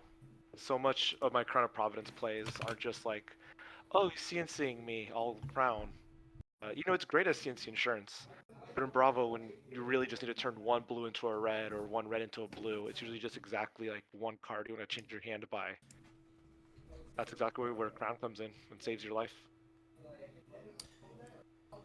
I love this game because I feel like there are so many like small decision points and so many things that you can do to gain. I like to say gain inches. Gain small 0.1% percentage points in different matchups. Bravo, I think, is a great example of that. Kind of talking that out with you. That choke slam turn was super impactful. A super interesting line that we did, I think. Mm-hmm. Oh, like in the other game. Yeah, where we did it off the imposing. Yeah. No, I agree, and I think getting to those points and seeing and considering every line, obviously, just super important for any hero. All right. Well, thank you very much, Alan, for joining us tonight. You got any last words? Nope. All right. Well. Good games. Good games. Yeah. Thanks for bringing me on. Thanks for playing with us. I know that you're. We like to joke that he's like our fastest player here. He just slaps those cards down. So thank you for playing a much slower game than I'm sure you're traditionally used to. Because we're really trying to talk through a lot of that stuff. So thank you for that opportunity. Yeah, no problem. I'm actually used to it. A lot of Talishar players are pretty slow, or they have like slow internet. All right. Well, just randomly. All right. Well, how are you doing on time, Daniel? I got plenty, but I just want to make sure that you're all good. No, thank you for asking. No, I could do 1 or 2 more games. Okay, cool. Out of curiosity, what did you guys say when I blocked the titanium bubble. we It's a cheered, you crippling. know. Yeah. We were like, there's a titanium bubble. It was so iconic, just like in the middle of the screen because the armor like pushed it to the center. Uh, I definitely think I said something like, "Oh yeah, the Allen special." Yeah, I love seeing that titanium bubble. It looked like an HD too on the screen. It's just the centerpiece, you know. It's like the I don't know, the unrecognized gem. yeah. Literally. All right, so I'm gonna take just a quick second. I'm gonna go get a drink of water. Let's set up this next one though. Looks like Angie's volunteering. We've played against Viserai, Levia. I think he would be Reinar probably. I would love to face a Reiner. Okay, awesome. Yeah, send him the invites and all that. Cool, yeah. I'm gonna get that set up real quick. How are you thinking about this list? I mean, do you have any thoughts about this list so far? I really wonder about Sigil of Solace, and I think that that's gonna be kind of like a reoccurring point. Yeah, especially for local meta where a lot of Fab is played at the Armory, RTN level. It's definitely, I think it's something we could cut personally here in Southern California and San Diego. I feel like even when we go up to LA, I feel like there's not as much. It really feels best to me against Icelander. If you ask me, that's why it's Yeah. in the list. And I even up run it there, I don't against see a ton. Kano because it's like you could Arsenal it and gain life from Arsenal. You can't pitch from Arsenal with the blue, Yeah. but it's not necessary for Kano. Like No, and it's if also you're, just kind of a stopgap red, I feel like a lot of times. yeah, Like a blue, you would play a blue, I feel like, before Sigil Solace most times. yeah. Or if you really want to target If Kano and able. not worry about Icelander, you can just bring an Oasis Ugh. and really mess up his day. I shouldn't say it here, but you know what's gonna keep strapped on me next competitive season? Definitely some Oasis, because I've run into Eugene every freaking time. Oh yeah. Give me Yeah. give me just a quick second here. You can kind of start thinking about sideboarding. I'll be back in just a quick minute or two. Sure, sure. Maybe I'll get water too. Yeah. Hydrate. Drink more water.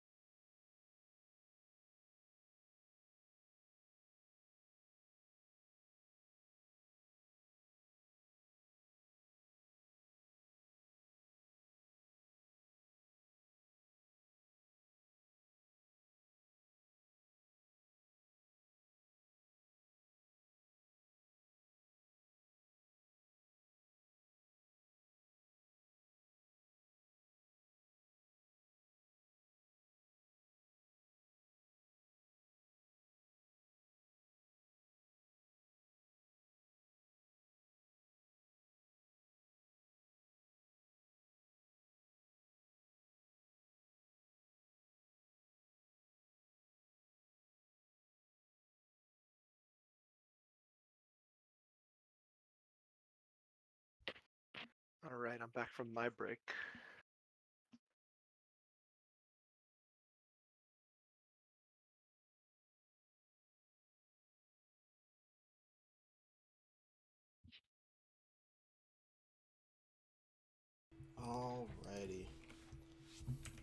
Oh, cool, cool. I just got back to.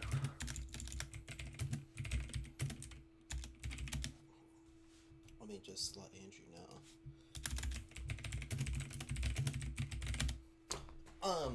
So kind of a little break from the intermission. Shout outs to Team Hugh Mungus Games, Yeah. based out of San Diego, California.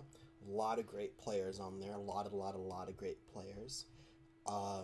They are like the biggest San Diego team, it definitely seems, and they got a lot of really cool people on there that are always putting up results.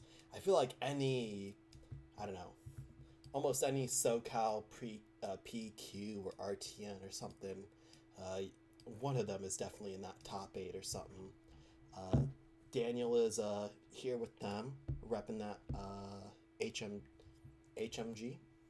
Yeah, HMG Life, and shout out to Hugh, the man, our team captain, who started it.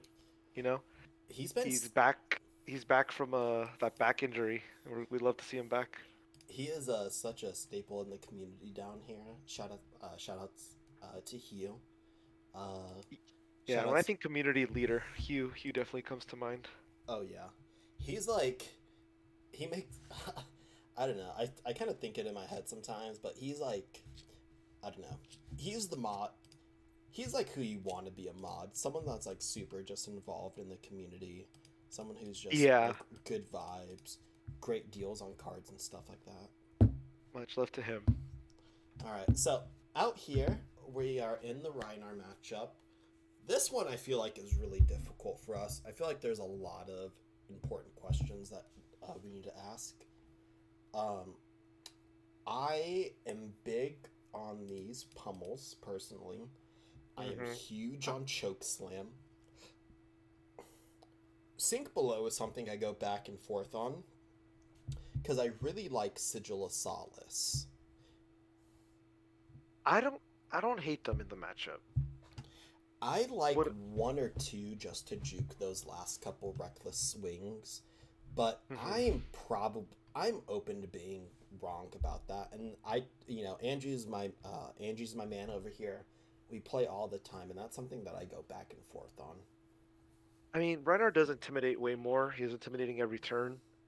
And Yeah. getting a sigil intimidated and still getting value off of it later, like you still got to block with it, is a real factor in the matchup.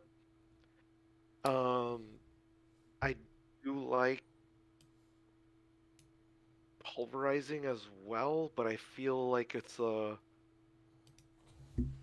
don't know, a little scarier. Are we going first or second? He will go first. We are going second. My personal thoughts is definitely going second. I don't think that this is really a pulverized matchup. I think most turns we have to take a very significant amount of damage for pulverize. I like doing one because there's a lot of high roll shenanigans that we can do with it.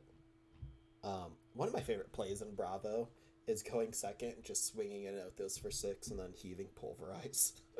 Yeah, no, that is good. um, I think something I kind of do almost out of reflex, but tell me what you think, is cutting the unmovables, since you don't want to see them stranded after an intimidate. that's tough for me because I love them. I love them in Arsenal and I hate them in hand. I'll say I'm down for that. I'm gonna cut the staunches first. Yeah, I agree. Here I'll do one. I like one pulverized second just for high roll shenanigans. I think that is like a factor in here. And one sigil. One sigil. That way we have 40 blues, right? Because we have 42. Yeah, part of me is tempted to cut one or two Rouse the Ancients, just because 2 blocks aren't great. But I don't know. I think they're kind of a necessary evil in the brute matchup because they're one of our few ways that we kind of break the math curve in our deck. You're definitely right. And a lot of our like on hits aren't necessarily gonna hit in this matchup. Yeah, and it's still just a blue, I do like Spinal still in this matchup. Um, I agree, especially if he's on a non-attack action build with like the Barragines. yep. Are you okay with this? I mean, we're down at a slim 60. Is there anything? I mean, No, no, this looks great to me because like we only quote unquote have 40 blues, so one pulverize is still fine. yeah, We're going second, so we don't want to have bring in the other one. I do like the sigil because a lot of Reinars kind of do rely on the reckless swing kills, you yeah. know. I mean, absolutely. Without, I think it goes without saying this is a Nothos matchup. I expect Mm-hmm. this generally to go to second cycle just because of the nature of both of our decks. I'm gonna Yeah. submit this just because he's been waiting for a second. No, no, I agree. Stock armor suite, just a lot of physical armor. Yeah, He's on a claws build, so he's gonna try and see as many Blood Rush Bellows as possible. 5 is pretty juice going first. Mm-hmm. We definitely block 1 here. We don't Yep. want to give him free health advantage, especially not for this hand. This, honestly, I'll probably block. I would suggest blocking everything with this hand. Oh my god. Unless he does that, but if I could, I would have. Yeah. Andrew, I love you. 1 second. All right. Well, there's nothing else we can do about that. Let's see. We have a blue and a sync banish that we're getting. Yeah. So what's the draw here? A spinal, a blue, and the Spine arsenal the sync. Yeah. Spinal is best. I think we imposing Visage for a blue, swing it, Arsenal sink below. Beautiful. Yep. I don't. Like maybe there's an argument to swinging with Thunderquake for 8, but the value you get from this Showtime, and yeah, you get the worst blue, so it's at the bottom of your deck. Crush the weak, Yep, great point standard out. affair.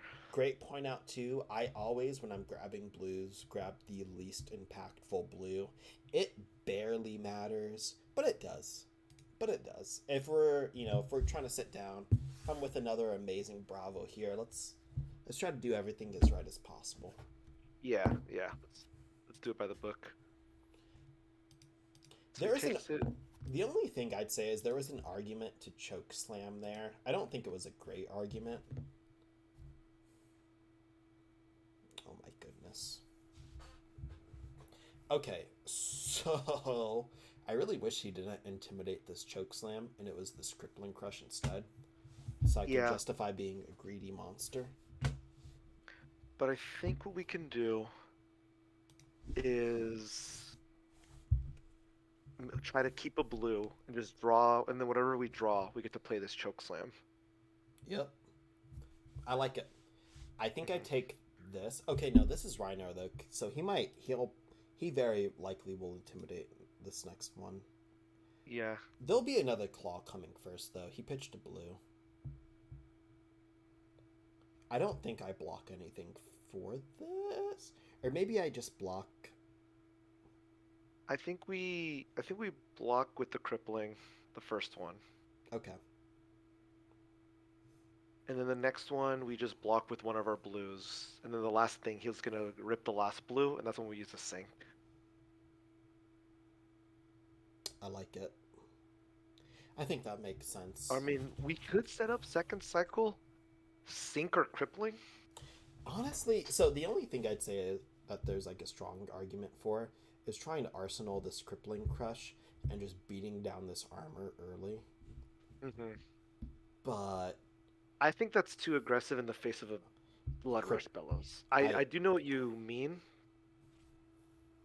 but I think with Blood Rush Bellows' turn, you just have to follow that heuristic of stopping as much as it is possible, because that's where they get their most damage in. I like it. I think, Yeah, you're right. and I think you're right. And I'm gonna take this 5. Yeah, unless it's another Alpha Rampage, he usually only intimidates once. Okay, we'll take this 5.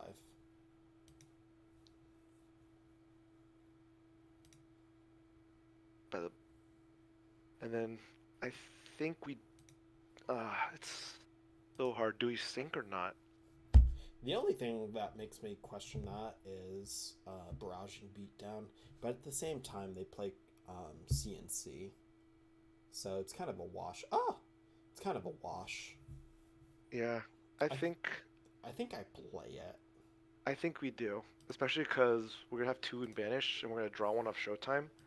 If we Seems draw a card we safer. want to Arsenal, we can really use the cleared So this is definitely Seismic Surge. Play Chokeslam? the two floating. Here I'm actually inclined to uh, swing six, swing hammer, and Arsenal the Chokeslam. Hmm. My only thing is I really, really, really like trying to chain disruption as much as possible into Into Reinar. I feel like into into Reinar, I see the feeling. I do get understand the feeling of needing to do that, but really, he can two card block so much of it mhm. and come back with something big anyway. I think setting up if we draw a pummel, we're gonna be so happy that we Arsenal the Chokeslam, you know. All right, I'm down to try that. And Hammer is still. This is one of those matchups. This is a WTR matchup. Hammer is insane value here. Hammer matters. Hammer, yeah, this is one of the few matchups left in the game. It feels like where when you're swinging for six with Hammer, you're making real progress in the game That state. definitely ended up being right, and I guess this is something that we didn't talk about either. But Hmm. I personally know Andrew's on a good amount of D reacts, and also Yeah, Reinars tend to be on at least sync belows, if not yeah. more. Oh, this is a great result for us. 1-3, perfect. You love to see it. Yep. Now I think we sync one of these reds for a Yep. blue, right? Yep. I like two, honestly, blocking two, playing a choke slam off of a blue. This Oh, is I gonna be see. go again. Okay, I think we sink below this guy. And then I think we E- sink one of the red choke slams. I think you're right. Okay, let's do it.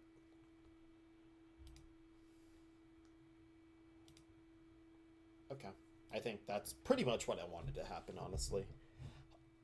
Um, yeah.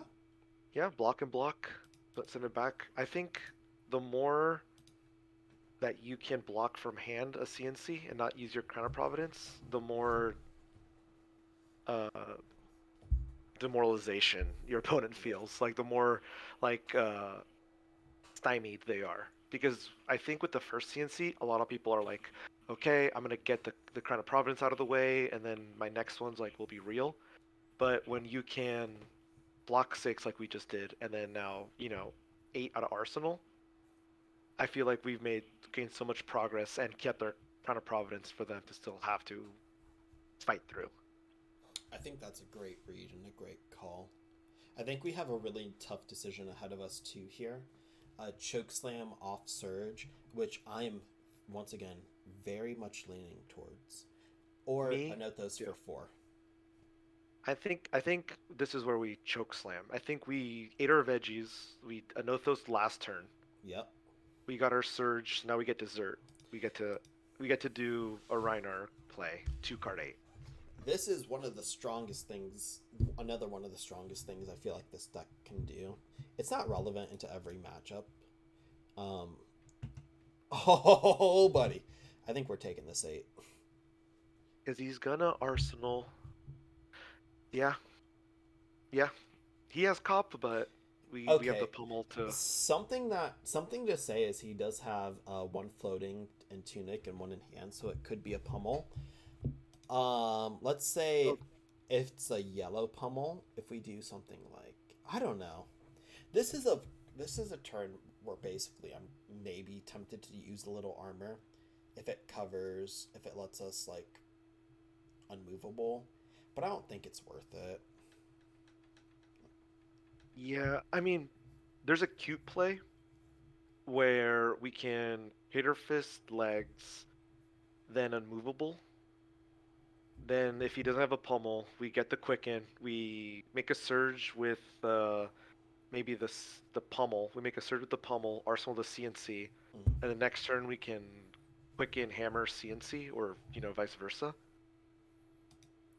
I think we take this damage, and if it's a pummel, we feel really sad about it.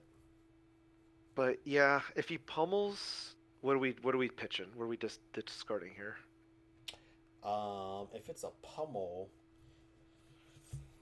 Do we discard our own pummel and try to do probably something with the CNC? swing 6, probably because he wouldn't have a card in hand.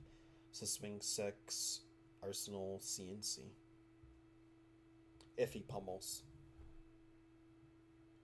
discard our pummel, swing 6. I don't know. That's a good question, actually. Do we? I mean, do we block with everything? Block 6. We could block 5 with CNC and pummel, and then if he pummels to 12, we just unmovable. But oh yeah, And that's we didn't use any armor, and we just like stopped a lot of damage. But then if he doesn't pummel, we can either swing for 4 with hammer and arsenal immovable, or just swing for 6. CNC pummel is such juice. Is I guess I feel like maybe I'm fix. Maybe I feel like maybe I fixated on it a little too much. No, it is. I agree because I'm only able to like kind of think of this because I'm talking with you through it. Yeah. I admit that in game I'm in the hot seat. This is my like winning in for the top 8. Like, I don't know if I can make that play. You know? Okay, so if it's a yellow pummel, and I would be hard pressed to say that it is a I would be hard pressed to say that it's a red pummel. I would assume yellow. I normally Yeah. only assume yellow. It slots the neatest into their deck. It would be something like this, which is not great. I was But thinking we block with CNC pummel. try that. Yeah. All right. And then if it's a pummel, we unmovable, easy coverage. and And then if not, it's just the push. Like they use their hand, we used our hand. We start over again. And if not, we can either 4 and arsenal the unmovable, or 6. I think we 4 in Arsenal that. Yeah, that was a very weird turn. So now he didn't pummel, but he was threatening it. So even him not pummeling, we missed out on CNC pummeling him. Which is kind of huge. That's one of our biggest tempo swings. But But he we still has do, cop up. yeah, but we do have this nice consolation prize of having this unmovable in arsenal. That is so nice, especially in a hand like this where we have 2. Oh my god! Yeah. Browse him to death. Oh, that's easy. Yeah, I mean, there's Mhm. there's not a conversation here about what to do. Yeah. I We make don't a have surge, so I'm like gonna we make- could have buckling blowed. That would have been funny. Like, I'm gonna but I make think we you- just hammer for 6 with a surge. Yeah. Yeah, Maybe make him think we have a red pummel in arsenal. yeah. This is where unmovables are really nice in this matchup when you're able to get them in Arsenal. They are terrible in hand, but they are so nice in Arsenal. It's a really weird and tough evaluation.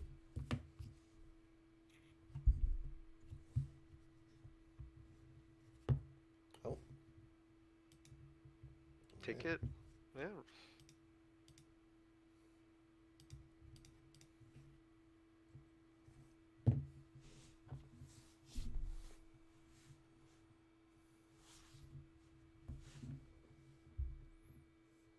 All right, this was big for us. Man, I think that CNC pummel block we did on that swing big ended up being right. But that's such a hard line to see. I don't know if I could have seen it at like an armory, let alone like a PQ. Yeah, God, that one was weird. I definitely think we take this to. Mm-hmm. So I think we dominate Crippling Crush. I think that there's a chance that they cover it, but it definitely eats some armor, and we're gonna need to do that eventually. Actually, Or maybe we that do it you without. I think you bring up a good point. Yeah, I think we block a little, save some life, block with the imposing. Yeah, and we do just that and with Bennett. just crippling. Yeah, no, because to my point that I made earlier today, Hmm. people often block undominated attacks as if they were dominated. Yeah, and I think that may have been the second reckless swing I've seen him pitched. So he's definitely trying to see him later. But I would say that right now that we're in a winning position in this game. This feels, this feels decent. This feels We good. we are I advantaged currently. Yeah. oh, buddy. I feel pretty confident that that's not a crippling, that that's not a pummel. I feel like pretty Yeah. fucking confident about that. He would have done it on the swing big. That's the same pummel he arsenal, quote unquote. So the classic thought here would be something like Crown of Providence, just to sink that. There's also the double block there. I'm not sure how I feel about that. I'm actually sometimes what I do, and tell me what you think, is only cop in a 3 block. So you're sure you're taking one, but cop is killing the effect of CNC anyway, I've and you definitely take done less that. damage. The only thing wrong with that might be wrong in this scenario is we don't have a surge to be able to crippling and then arsenal something else. So what might be more right to like chain turns together is to just Crown of Providence. I think if we had a surge, I think that that first line would be right. Yeah, I think because we don't, I think we just cop. yeah, and There's an then argument that we do that too, but I think we just block that. I think so too. And he still has other swing bigs, that we could This, get our quicken tokens from later. yeah. All right, let's do this. Arsenal to sink the arsenal, of course.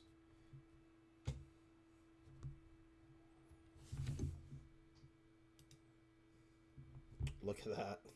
Got the same card off top. Yep, and you're right, it wasn't a pummel. So now All right, now here's $1 million. No.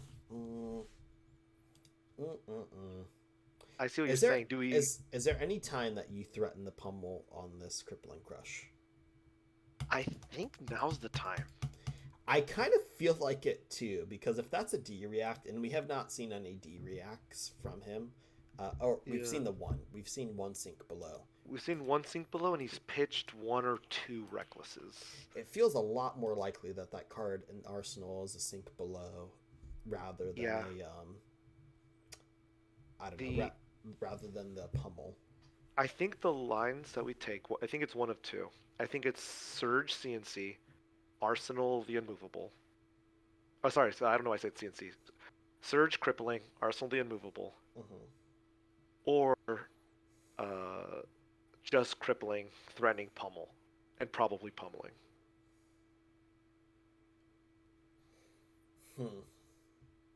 So I would say that we threaten the pummel, just because I feel like that opens.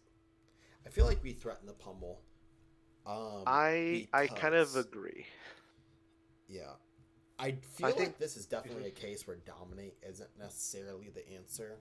I I'm kind of reading a D react somewhere amongst the mix. I agree. He could have pummeled the swing big. He could have pummeled the CNC. Instead, he's just got a D-Ract in there. He had plenty of turns to Blood Rush Bellow as well, if that's what that was. Same. I think we threatened the pummel. I think we threatened the pummel, and I think we're probably pummeling. I bet we're pummeling. I would Yeah. bet that we're pummeling. I would definitely bet that we end up having to pummel this. But I think that's good because that guarantees that we chew through armor. Yeah. And then if he just gives us his whole hand, no armor, then I think we arsenal this Yeah. pummel, right? Which I think is like, that might be the best thing for us, honestly. Do you pummel Alright. that? I feel like probably not. No, because he didn't give us any armor to punish the armor block. What is he gonna do? Swing with Mandible Claw? Yeah. Yeah. Okay, I'm passing. Chip No, 2, I agree. I think crippling did its job. definitely. This is not the. Oh my god. Oh no, he's gonna. He's gonna double swing these. So is this the one where we like block 3, block 2, take 1, swing 6? Or is this one where we disable pummel? I don't think we disable pummel because we don't have the surge. I think what we do is block 3, take 3, and then just disable. Okay, and make the surge off that. Okay, And make the surge off the 6 card, the 6 resources. Yeah, I like that. I think that's one of Disable's best strengths. Is it makes him waste D reacts because like, oh, he's gonna attack my arsenal anyway. I better just use it for damage prevention. And now we have a surge. We finally got our surge back. Back in the rhythm. I think we're walking this fine line of being defensive and proactive. And I think our draws have been lining up in a way to make it easier for us to do that. Oh, from hand. Huh. What So is that in Arsenal, dude? What is that? Yeah. Titanium bauble? Oh That got my just stuck in God. there? With the surge, oh baby, for 7? I think we block with armor here just for the life. Right? Like Yep. this is a I think we block with just those so they're usable again next turn. yeah. Yeah. It's hard for me to imagine that we don't do that. And it's and against Reinar it actually is important too. Depending how he blocks. Yeah, We could blue options. or red. If he ends up blocking like one from hand and then de-reacting, I'll do like the blue. But if it's 2 from hand, I'm probably gonna red. Assuming he has like a sync below or something.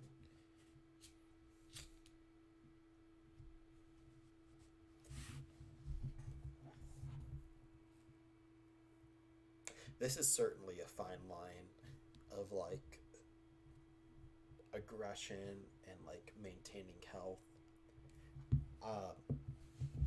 I've had a few people, especially with RTN season actually, I've had a few people like ask me. I feel pretty confident that we do the blue here because he gave us armor. Yeah, we can blue and then we have the red still. We still Yeah. crush with spinal. I think we would have seen the D-react if he had the D-react. He could have crowned and did the D-react, but if he did that, his hand's probably trash anyways because he was crowning. I agree. Because a D-react kills the red one as much as the blue one, so might as well preserve the red one if we can. Yeah. Oh, buddy. Okay, so what did we banish? So is an Alpha Rampage in Arsenal? That's crazy. What do we have in banish again? We have a red pummel and a pulverize? Ugh. Buddy, he hit the best intimidates. I really wish that red pulverize was not intimidated. That's the one of two. Let's see. Wow.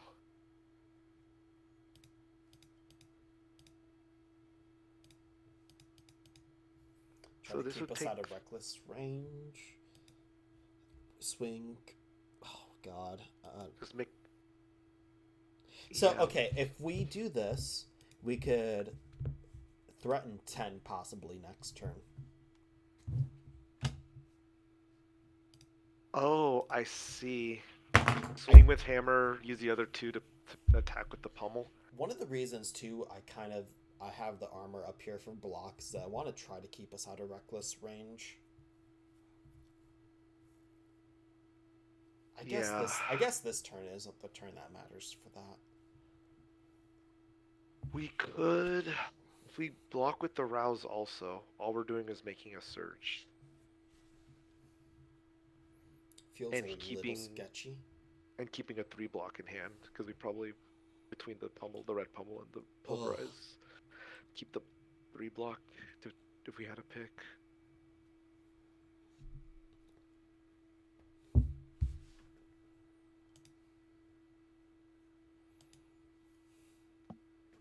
This is tough. I am in this scenario. I would vote block like this, threaten 10. It's lethal. Give them the opportunity to misplay. Yeah, and maybe they will because they'll have that tunic counter ticking up, so they'll be incentivized to just call the bluff. It also only puts us down to 6. Yeah. So they can't. I just don't love the idea of giving up our next turn. Yeah, I agree. Yeah, let's do it like this. And yeah, no, I think you're right. Okay. This is banishing. I really wish that pulverize was not intimidated. That would have made this I would have turn loved to block without pulverize right now.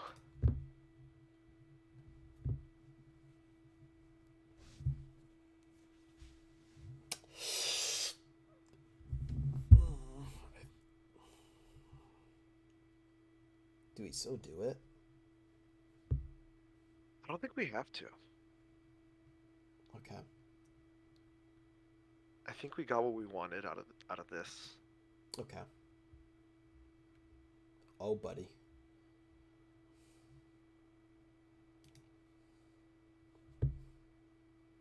And then take 5, go to 1, and then head him, but he can't reckless swing our CNC. No. And I think there's a lot to be said about that, actually. Like, a lot. I think that this, I don't know, probably the most important turn of the game. And I don't know what's right here. We could block 8 and just swing hammer for 4. I think that might be right. I don't love it, but I think it is probably right. Yeah, show him that we had it. Yeah, I think you're right. Because he's showing that he's blocking with 2 cards against our 4. I guess that was threatening pummel last time. Alright, he did sink something. Okay. I don't love it, but I think that's what we needed to do.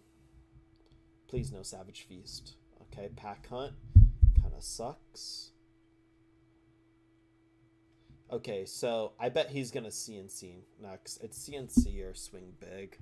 He has 1 CNC left. He has how many swing bigs? Oh, okay. It's going to be a swing big next. So that's 12 total. Yeah.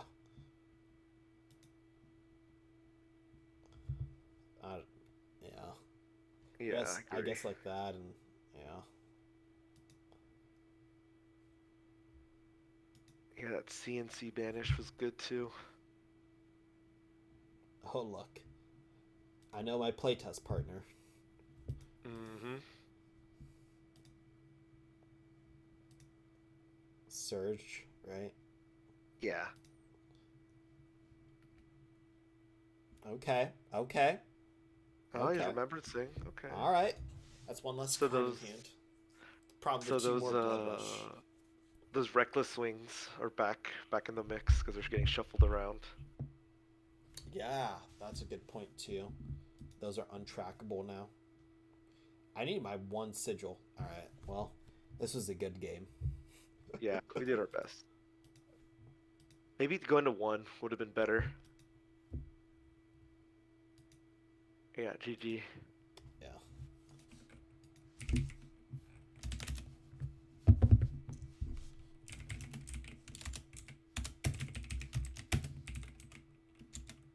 I think you're right. I think going to 1 to CNC pummel him might have been more correct. I kind of think so.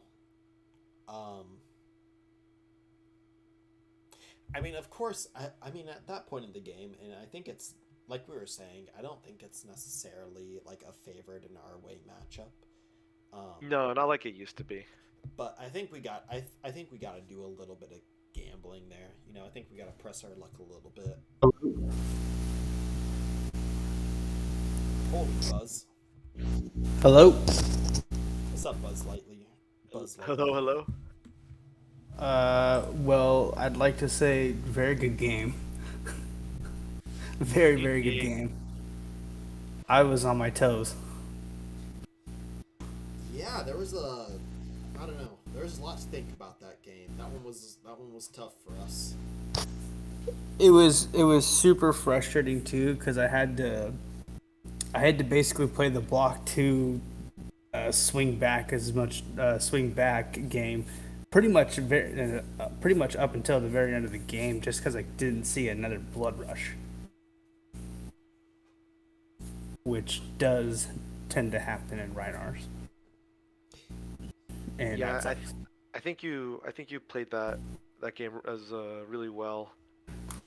And then I think we were definitely, if you look back over this video later, you'll see us talking about how you were getting really good intimidates, and it kind of really forced us into weird lines that really made us have to like attack back in weird ways. But besides that, also, I think it just shows how the matchup has to be. Like, I think there was one turn where we could have gone down to one, but would have been able to CNC pummel you back at the end. Yeah. When you were swing bigging us for 8, and we're like, no, that's too risky. But I think to win the game, I think that was the only way that we could have done it. Got to take some risks to win it, you know. Yeah. Yeah, honestly, especially if it's CNC, just because that does avoid the reckless, which is huge. So even if you do go to one, I think you're pretty safe on that turn. Well, I guess it just depends. We still had a sigil somewhere in deck too. Oh, you had sigils. We had one. Just we wanted one. to surprise you with it. Yeah, just the one. Is that with what was in spice. Arsenal? No, we wouldn't have died of that. No, we wouldn't. No, it was a that pummel the in case. Arsenal. Okay, I'm glad I knew it was a pummel because I lose my mind whenever I see a card just staying there. And I'm glad I was right. Yeah, we thought you had a D-React. No, first we thought you had a pummel, but then you arsenaled it, and then you thought it was a D-React, and you didn't use it to D-React at all. And then it was until later we saw that it was the Alpha Rampage, which was also huge. You Alpha Rampaging us twice that game, actually. Is pretty big. It's real good in this turn matchup. The turn 0 Alpha Rampage. That card alone is the biggest reason why I will ever go first into any deck ever. Just the high roll potential and free damage you get off Alpha Rampage is dumb. The other reason why I also run that card is late game. It is a phenomenal closer. It's really difficult to block it, especially like if you stack another Intimidate in there, which is very, very possible to do. Yeah, Intimidate is your brute dominate. Yeah, Exactly. it's like our pseudo disruption, temporary disruption. Yeah, very good at kind of eking that damage through. And I mean, it was 6 damage leaked on turn 0. That was pretty significant. I think that Reinhardt specifically, I really do strongly believe that this is a Reinhardt favored matchup. I think it's pretty close, don't get me wrong. It's nowhere like near the Prism matchup that we had. But I think that you have the edge. I think it's a really good matchup on both ends. Yeah, because like you could just hit the juice too, and like spinal cripple like turn after turn after turn, and just keep threatening things and keeping a Reinhardt like pinned down. I mean, you're not always gonna see that though, which is kind of why I lean towards Reinhardt being a little bit more favored because his cards kind of just put Bravo in just a weird spot in general, and I think that's just kind of a natural brute thing. Maybe specifically Reinhardt, just because he intimidates more. It's just harder to block him for you guys, and it's harder to be efficient for you guys. No, I agree. I think the Reinhardt matchup used to be favored when he had just jankier cards, and he was kind of playing as like a bad Bravo. But now Reinhardt they really give him all his they give him more cards for his strengths, and now in the matchup, Bravo is kind of like a bad Rhinar where our damage is needs a bigger hand size than your damage. Yeah. And you know what's really funny is like even with the new cards from like Dynasty and stuff, I don't really run those cards. Like I'm on and off those cards because they don't really do what I want them to do, or they just Uh-huh. feel very mid.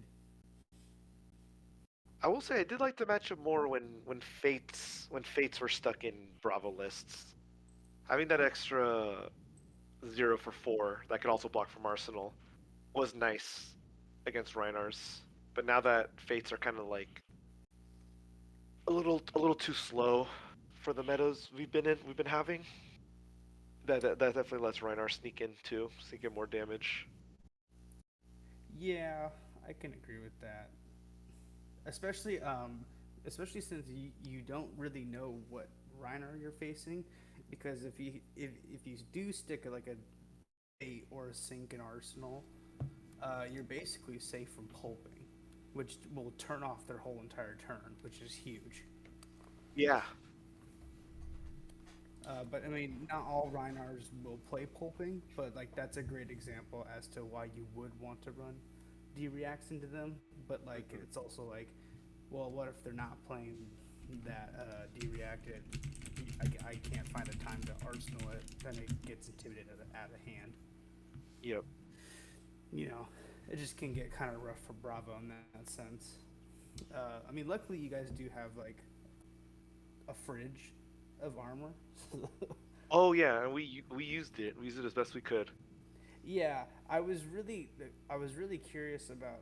I'm actually really excited to go look back on this game because you guys weren't using your armor for a good bit, and I think I saw you use most of it on just one swing big.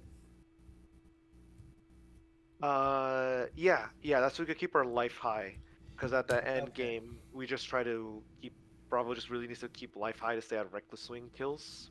Yeah. Um, and then against Reinar, that is still one of the good parts of the matchup is that all your damage is vanilla, so we can really save our armor until we think that there's a pivotal turn that it helps with, or maybe we almost even like I think armor blocked like a CNC or another card.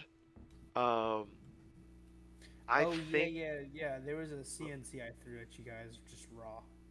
yeah, I and think but we ended up I was threatening a pummel, but I actually side out pummels. Personally, I side out pummels into ah, guardians in general. yeah, because you were threatening a pummel on a swing big and on a CNC another time. Yeah, Yeah, I always like talking about pummel a lot because it's really fun in Reinhardt because you never really know if they act.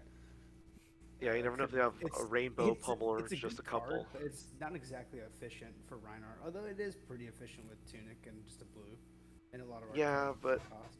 I've been in Reinar chat and I've heard them like lamenting how pummel is so good, but it's hard to like get off, and then it's not even like it's a 2 block, and if you have to run the yellow ones to swing with your claws, and it's not a 6 attack card, so Yeah, like it gums up that. if I am gonna run pummel, it's definitely gonna be the yellow ones just because it's a little bit more efficient for the game plan. Um, then like No, yeah. even then, like all of our best pummel targets are like Pack Hunt, Command and Conquer, Swing Big, Smash with Big Tree if you're playing them. I don't play them into Bravo though because they don't block. Yeah, Um, but that's like all vanilla damage. So it's yeah. like You just get one you just kind of discard. catch them off guard. Really, is what you're looking for. Yeah, Although instead of like forcing most a people can hit sniff it through. out if you're playing a Command and Conquer though. Yeah, everyone is always terrified of the CNC pummel play. Yeah, I love it. I love watching my opponent like think for a second, does he have it? Yeah, the one floating, tunic at 3. Very stressful. That's like the There was perfect an bluff East. scenario. What's What up? was that, Jamaica? Oh, that's like the perfect bluff scenario. One floating, one in tunic. one hand. Yeah. That card that was in my arsenal for so long was a pack hunt. I was Oh, just waiting really? for a Blood Rush Bellow. Oh, okay, okay. Yeah.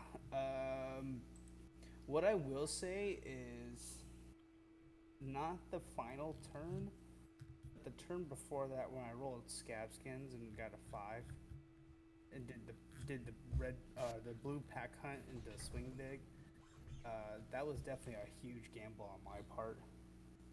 Yeah, that ended up paying off That could have just really well. literally handed you the tempo if I just rolled a 1 right there. But I think that locked uh, out the game, so I think you were right in going for it. Which just kind of Definitely. yeah, shows, you know, and your brute that's just experience. kind of yeah, that's just kind of it's all kind of like feel. Can I feel I'm gonna roll a 5 right now? Yeah, yeah. The brute magic. Make I it happen always tell like myself Alan. it's a yes, but it's not always a yes. Hey, it's Hugh. We gave you your shout out earlier. Is that what summoned you? No. What shout out? Oh, don't worry about it. Uh, Watch the YouTube video. yeah, Okay, yeah. okay. Hi, Hugh. Hello. What's up, Hugh? Are you next in queue? I just got home. I wanted to watch. You have to watch it on YouTube because I think I'm gonna peace out now. No worries. That was like a Okay, solid. sounds good. That was like a solid 3 hours of just hard Bravo teching. That was fun though. That was awesome. We should definitely do it again. I'd love to do it against Alexi or the Mirror. Yeah, I'm kind of bummed that we Definitely, didn't get to hit the definitely I'm Lexi down matchup for, like, tonight. more Lexi talk. Yeah, she's the current boogeyman right now. God, it's so bad for Reinhardt. It's like terrible. it's a Like, nightmare. Ranger has such a like keystone role in the meta right now because it lets Dromai be a current monster because it's better. It has a good matchup into Ranger and is protected by ninjas being oppressed by Ranger. So like Yeah, Dromai like really gets both benefits of that. yeah. Dromai's cashing in right now. She's gonna do well this meta. I wish I think if Bravo was generally a little stronger, I know he's very strong, but if he had a couple more buffs in the Codex level style, you know, he'd be eating right now too, because he'd love to see I don't Rangers and think they can give him something like that right now. I but they feel like can. Bravo just needs more like hyper specific crush type cards. Like a crush that, like maybe a 4-cost crush that like didn't let people play stuff from arsenals. Just like really specific, but like tech options for the meta. Yeah, like tech sideboard stuff. That would be really cool. Like I feel like Bravo's core is always going to be the same right now. He just needs like specific like options. Yeah, That's I think I rate him right now as like a B minus C plus. I think you can really get a lot of percentage points out of him with tight play, and the matchups can be favored, but I think uh I think he's just missing a little bit something to go all the way consistently. all right, Daniel. If this is gonna be the end of if this is like towards the end of our YouTube video, towards the end of our stream, Uh-huh. I'd love to ask you, Yeah, kind of as one of like the final questions here. something to Um, chew on. Okay. yeah, why play Bravo over Oldham? I think even though I was so down on my main guy right now, I think he still has very important considerations on why you would choose him as your guardian. One of the biggest ones is that your matchup into Dramai is much easier. Some people call Dramai free as Bravo. I wouldn't go that far. Dramais can do a lot and draw not even super high roll well, just well enough to kind of stymie some of your aggression while they build up a board. Where it's always a very real possibility where the Dramai can kind of turn the tides in that matchup, especially in the end game. I lost a Dramai matchup in the calling that I was kind of like felt like I was winning handily because he, luckily enough, because just had a natural double Chromai draw, with some Rake the Embers that he had like the turns before, and so that was enough to have to demand a 3-popper hand, and and that's a big ask from even Bravo, and I whiffed on the turn that I needed all 3 poppers, and he won, and it was a very well played game by both of us. But I think that's one of the only few ways he could have won, and it's not an impossible ask. Draw 2 of a specific card, No. especially how grindy that matchup can be. And besides that, you still have game into Lexi as well. Oldhim has all his defensive options, but I think if you play the Lexi matchup aggressively, I think it's not that unfavored. I think it's like 55-45, if anything, in Lexi's favor, if you play it with this very specific plan in mind. I think the other aggro matchups are harder, and it's kind of nice that Lexi kind of keeps them down. Fi is harder, Briar is harder than Lexi. I would much rather fight a Lexi whose chains are constrained by their arrow constrictions, where Rune Blades and Ninjas can just have infinitely long chains sometimes, and it's harder to block all the on hits and the mask triggers. Where now Lexi is the fuseless version is like the premier, like the favored version for everyone to run. So Lexi's on hits are all just like kind of more vanilla damage and more just like reloading. Uh, so it's kind of feels a little safer to let some of those hit sometimes. They're not as much, they don't demand as much on must blocks as other matchups can. So and hey, you can play pulverizes and crippling crushes, Hey yo. and then remembrance them back. Why? So that's those are all the reasons to play Bravo over Oldhim. Okay. I like that. Dash matchup easier if you have Dash Madman in your local meta. Much easier, Yeah. I say. I think Icelander is much easier. That I don't know. Like I'd have to. You play Oldhim, Hugh. I know he muted himself, but is Icelander easier for Oldhim than Bravo? You think? Mm, I mean, I don't play the typical build, so I won't be able to comment. Hugh just sits there. But I never really was scared of Icelander when I played against Alan a lot. It's just me making dumb mistakes, trying to like go ham, that cost me Okay, the okay. game. So I feel like it's more on me than on him. You know what would be interesting actually? Maybe to finally wrap this video up and we could call it it. There were some PT, some Pro Tour, like all the data came out and was compiled in the PT thread. Oh yeah. And I just want to, we can kind of just go through some of these real quick, and I kind of want to just say them out loud, and I just kind of want to read the Bravo matchups out loud. So, Bravo had 67 wins and 74 losses in the Pro Tour Baltimore CC section. He had an 83% win rate against Azalea. Believe it or not, a 50% win rate against Bravo, right down the middle. A 33% win rate against Briar. Ouch. I believe it. A 22% win rate against Dash. Yep. A 67% win rate against Dory. Hey, I'd love to see that actually. Yeah. A 75% win rate against Dromai. 44% win rate against Fi. A 50% win rate against Icelander. I wonder how many games. I wonder how many games were recorded for that. Yeah, maybe 2. I know, right? 20% win rate against Kano. Probably not a lot of population for that one either. 36% win rate against Katsu. 0% win rate against Lavia. I guess. Damn. I guess Alan beat Lavia's broken. Be an outlier. A 37% win rate against Lexi. A 59% win rate against Oldhim. A 50% win rate against Reinar. I wonder how much population for that one as well. Yeah, 2. Azuri, 67% win rate against Azuri. and then 60% win rate against Viserai. So definitely targeting a specific metas. You want people to be playing Dromai and Azaleas Yep. and an Oldhim.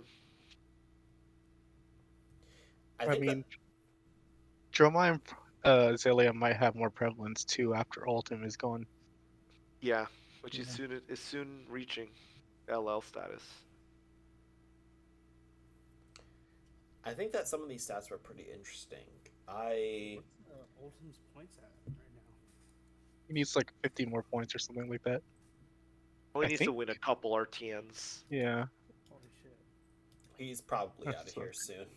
If you're an old him main, I would start learning someone else in the next coming months. Yes. Oh, he's at 888 actually. Get rid of Ah, your Crown of Seeds habits, because soon you'll just be putting your arsenal to the bottom with Crown of Providence. Yep. What do you mean? It's called French. 30. Okay, so last kind of note here. 37% win rate against Lexi. How do you feel about that? I know that we said some other things, like you're obviously targeting some things, and I'd love to do this again where we play against Lexi. But how Yeah. do you feel about that Lexi number? Because that's kind of shocking to me. I think that's for lack of respect for the new Lexi. I think it's for thinking that they could just play better with the same strategies we've been using against Lexi before. Yeah. I think it needed innovation, and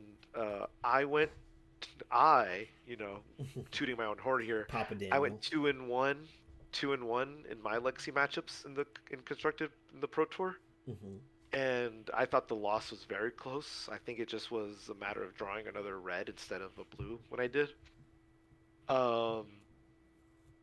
So I think if Bravos can learn to know when to let certain effects that seem like must blocks to actually let them hit. Like for example, our resident Lexi Pro Zane said earlier in our local Discord that sometimes the endless you could just let endless hit and it doesn't like do anything for the Lexi, and like they actually get more value of you overly stopping it. I think he really kind of hit the nail on the head in a lot of ways. Like, that was a great example, and I think kind of a great point. But I think that I do think that there's still a lot of misevaluation in like the card pool and the on hits and things like that. I'll say this and then sign out. You don't have to evaluate Lexi's hand if she doesn't have one. Beat All down. right. All right. Well, thank you very much, Daniel. This was a great learning opportunity. Good luck in the RTNs if you're going to be playing in those. Yeah. We'll see what I bring. I might have some fun with it. Okay. Good night, everybody. Good night, Good night. Daniel. Good night. All right. Thank you all.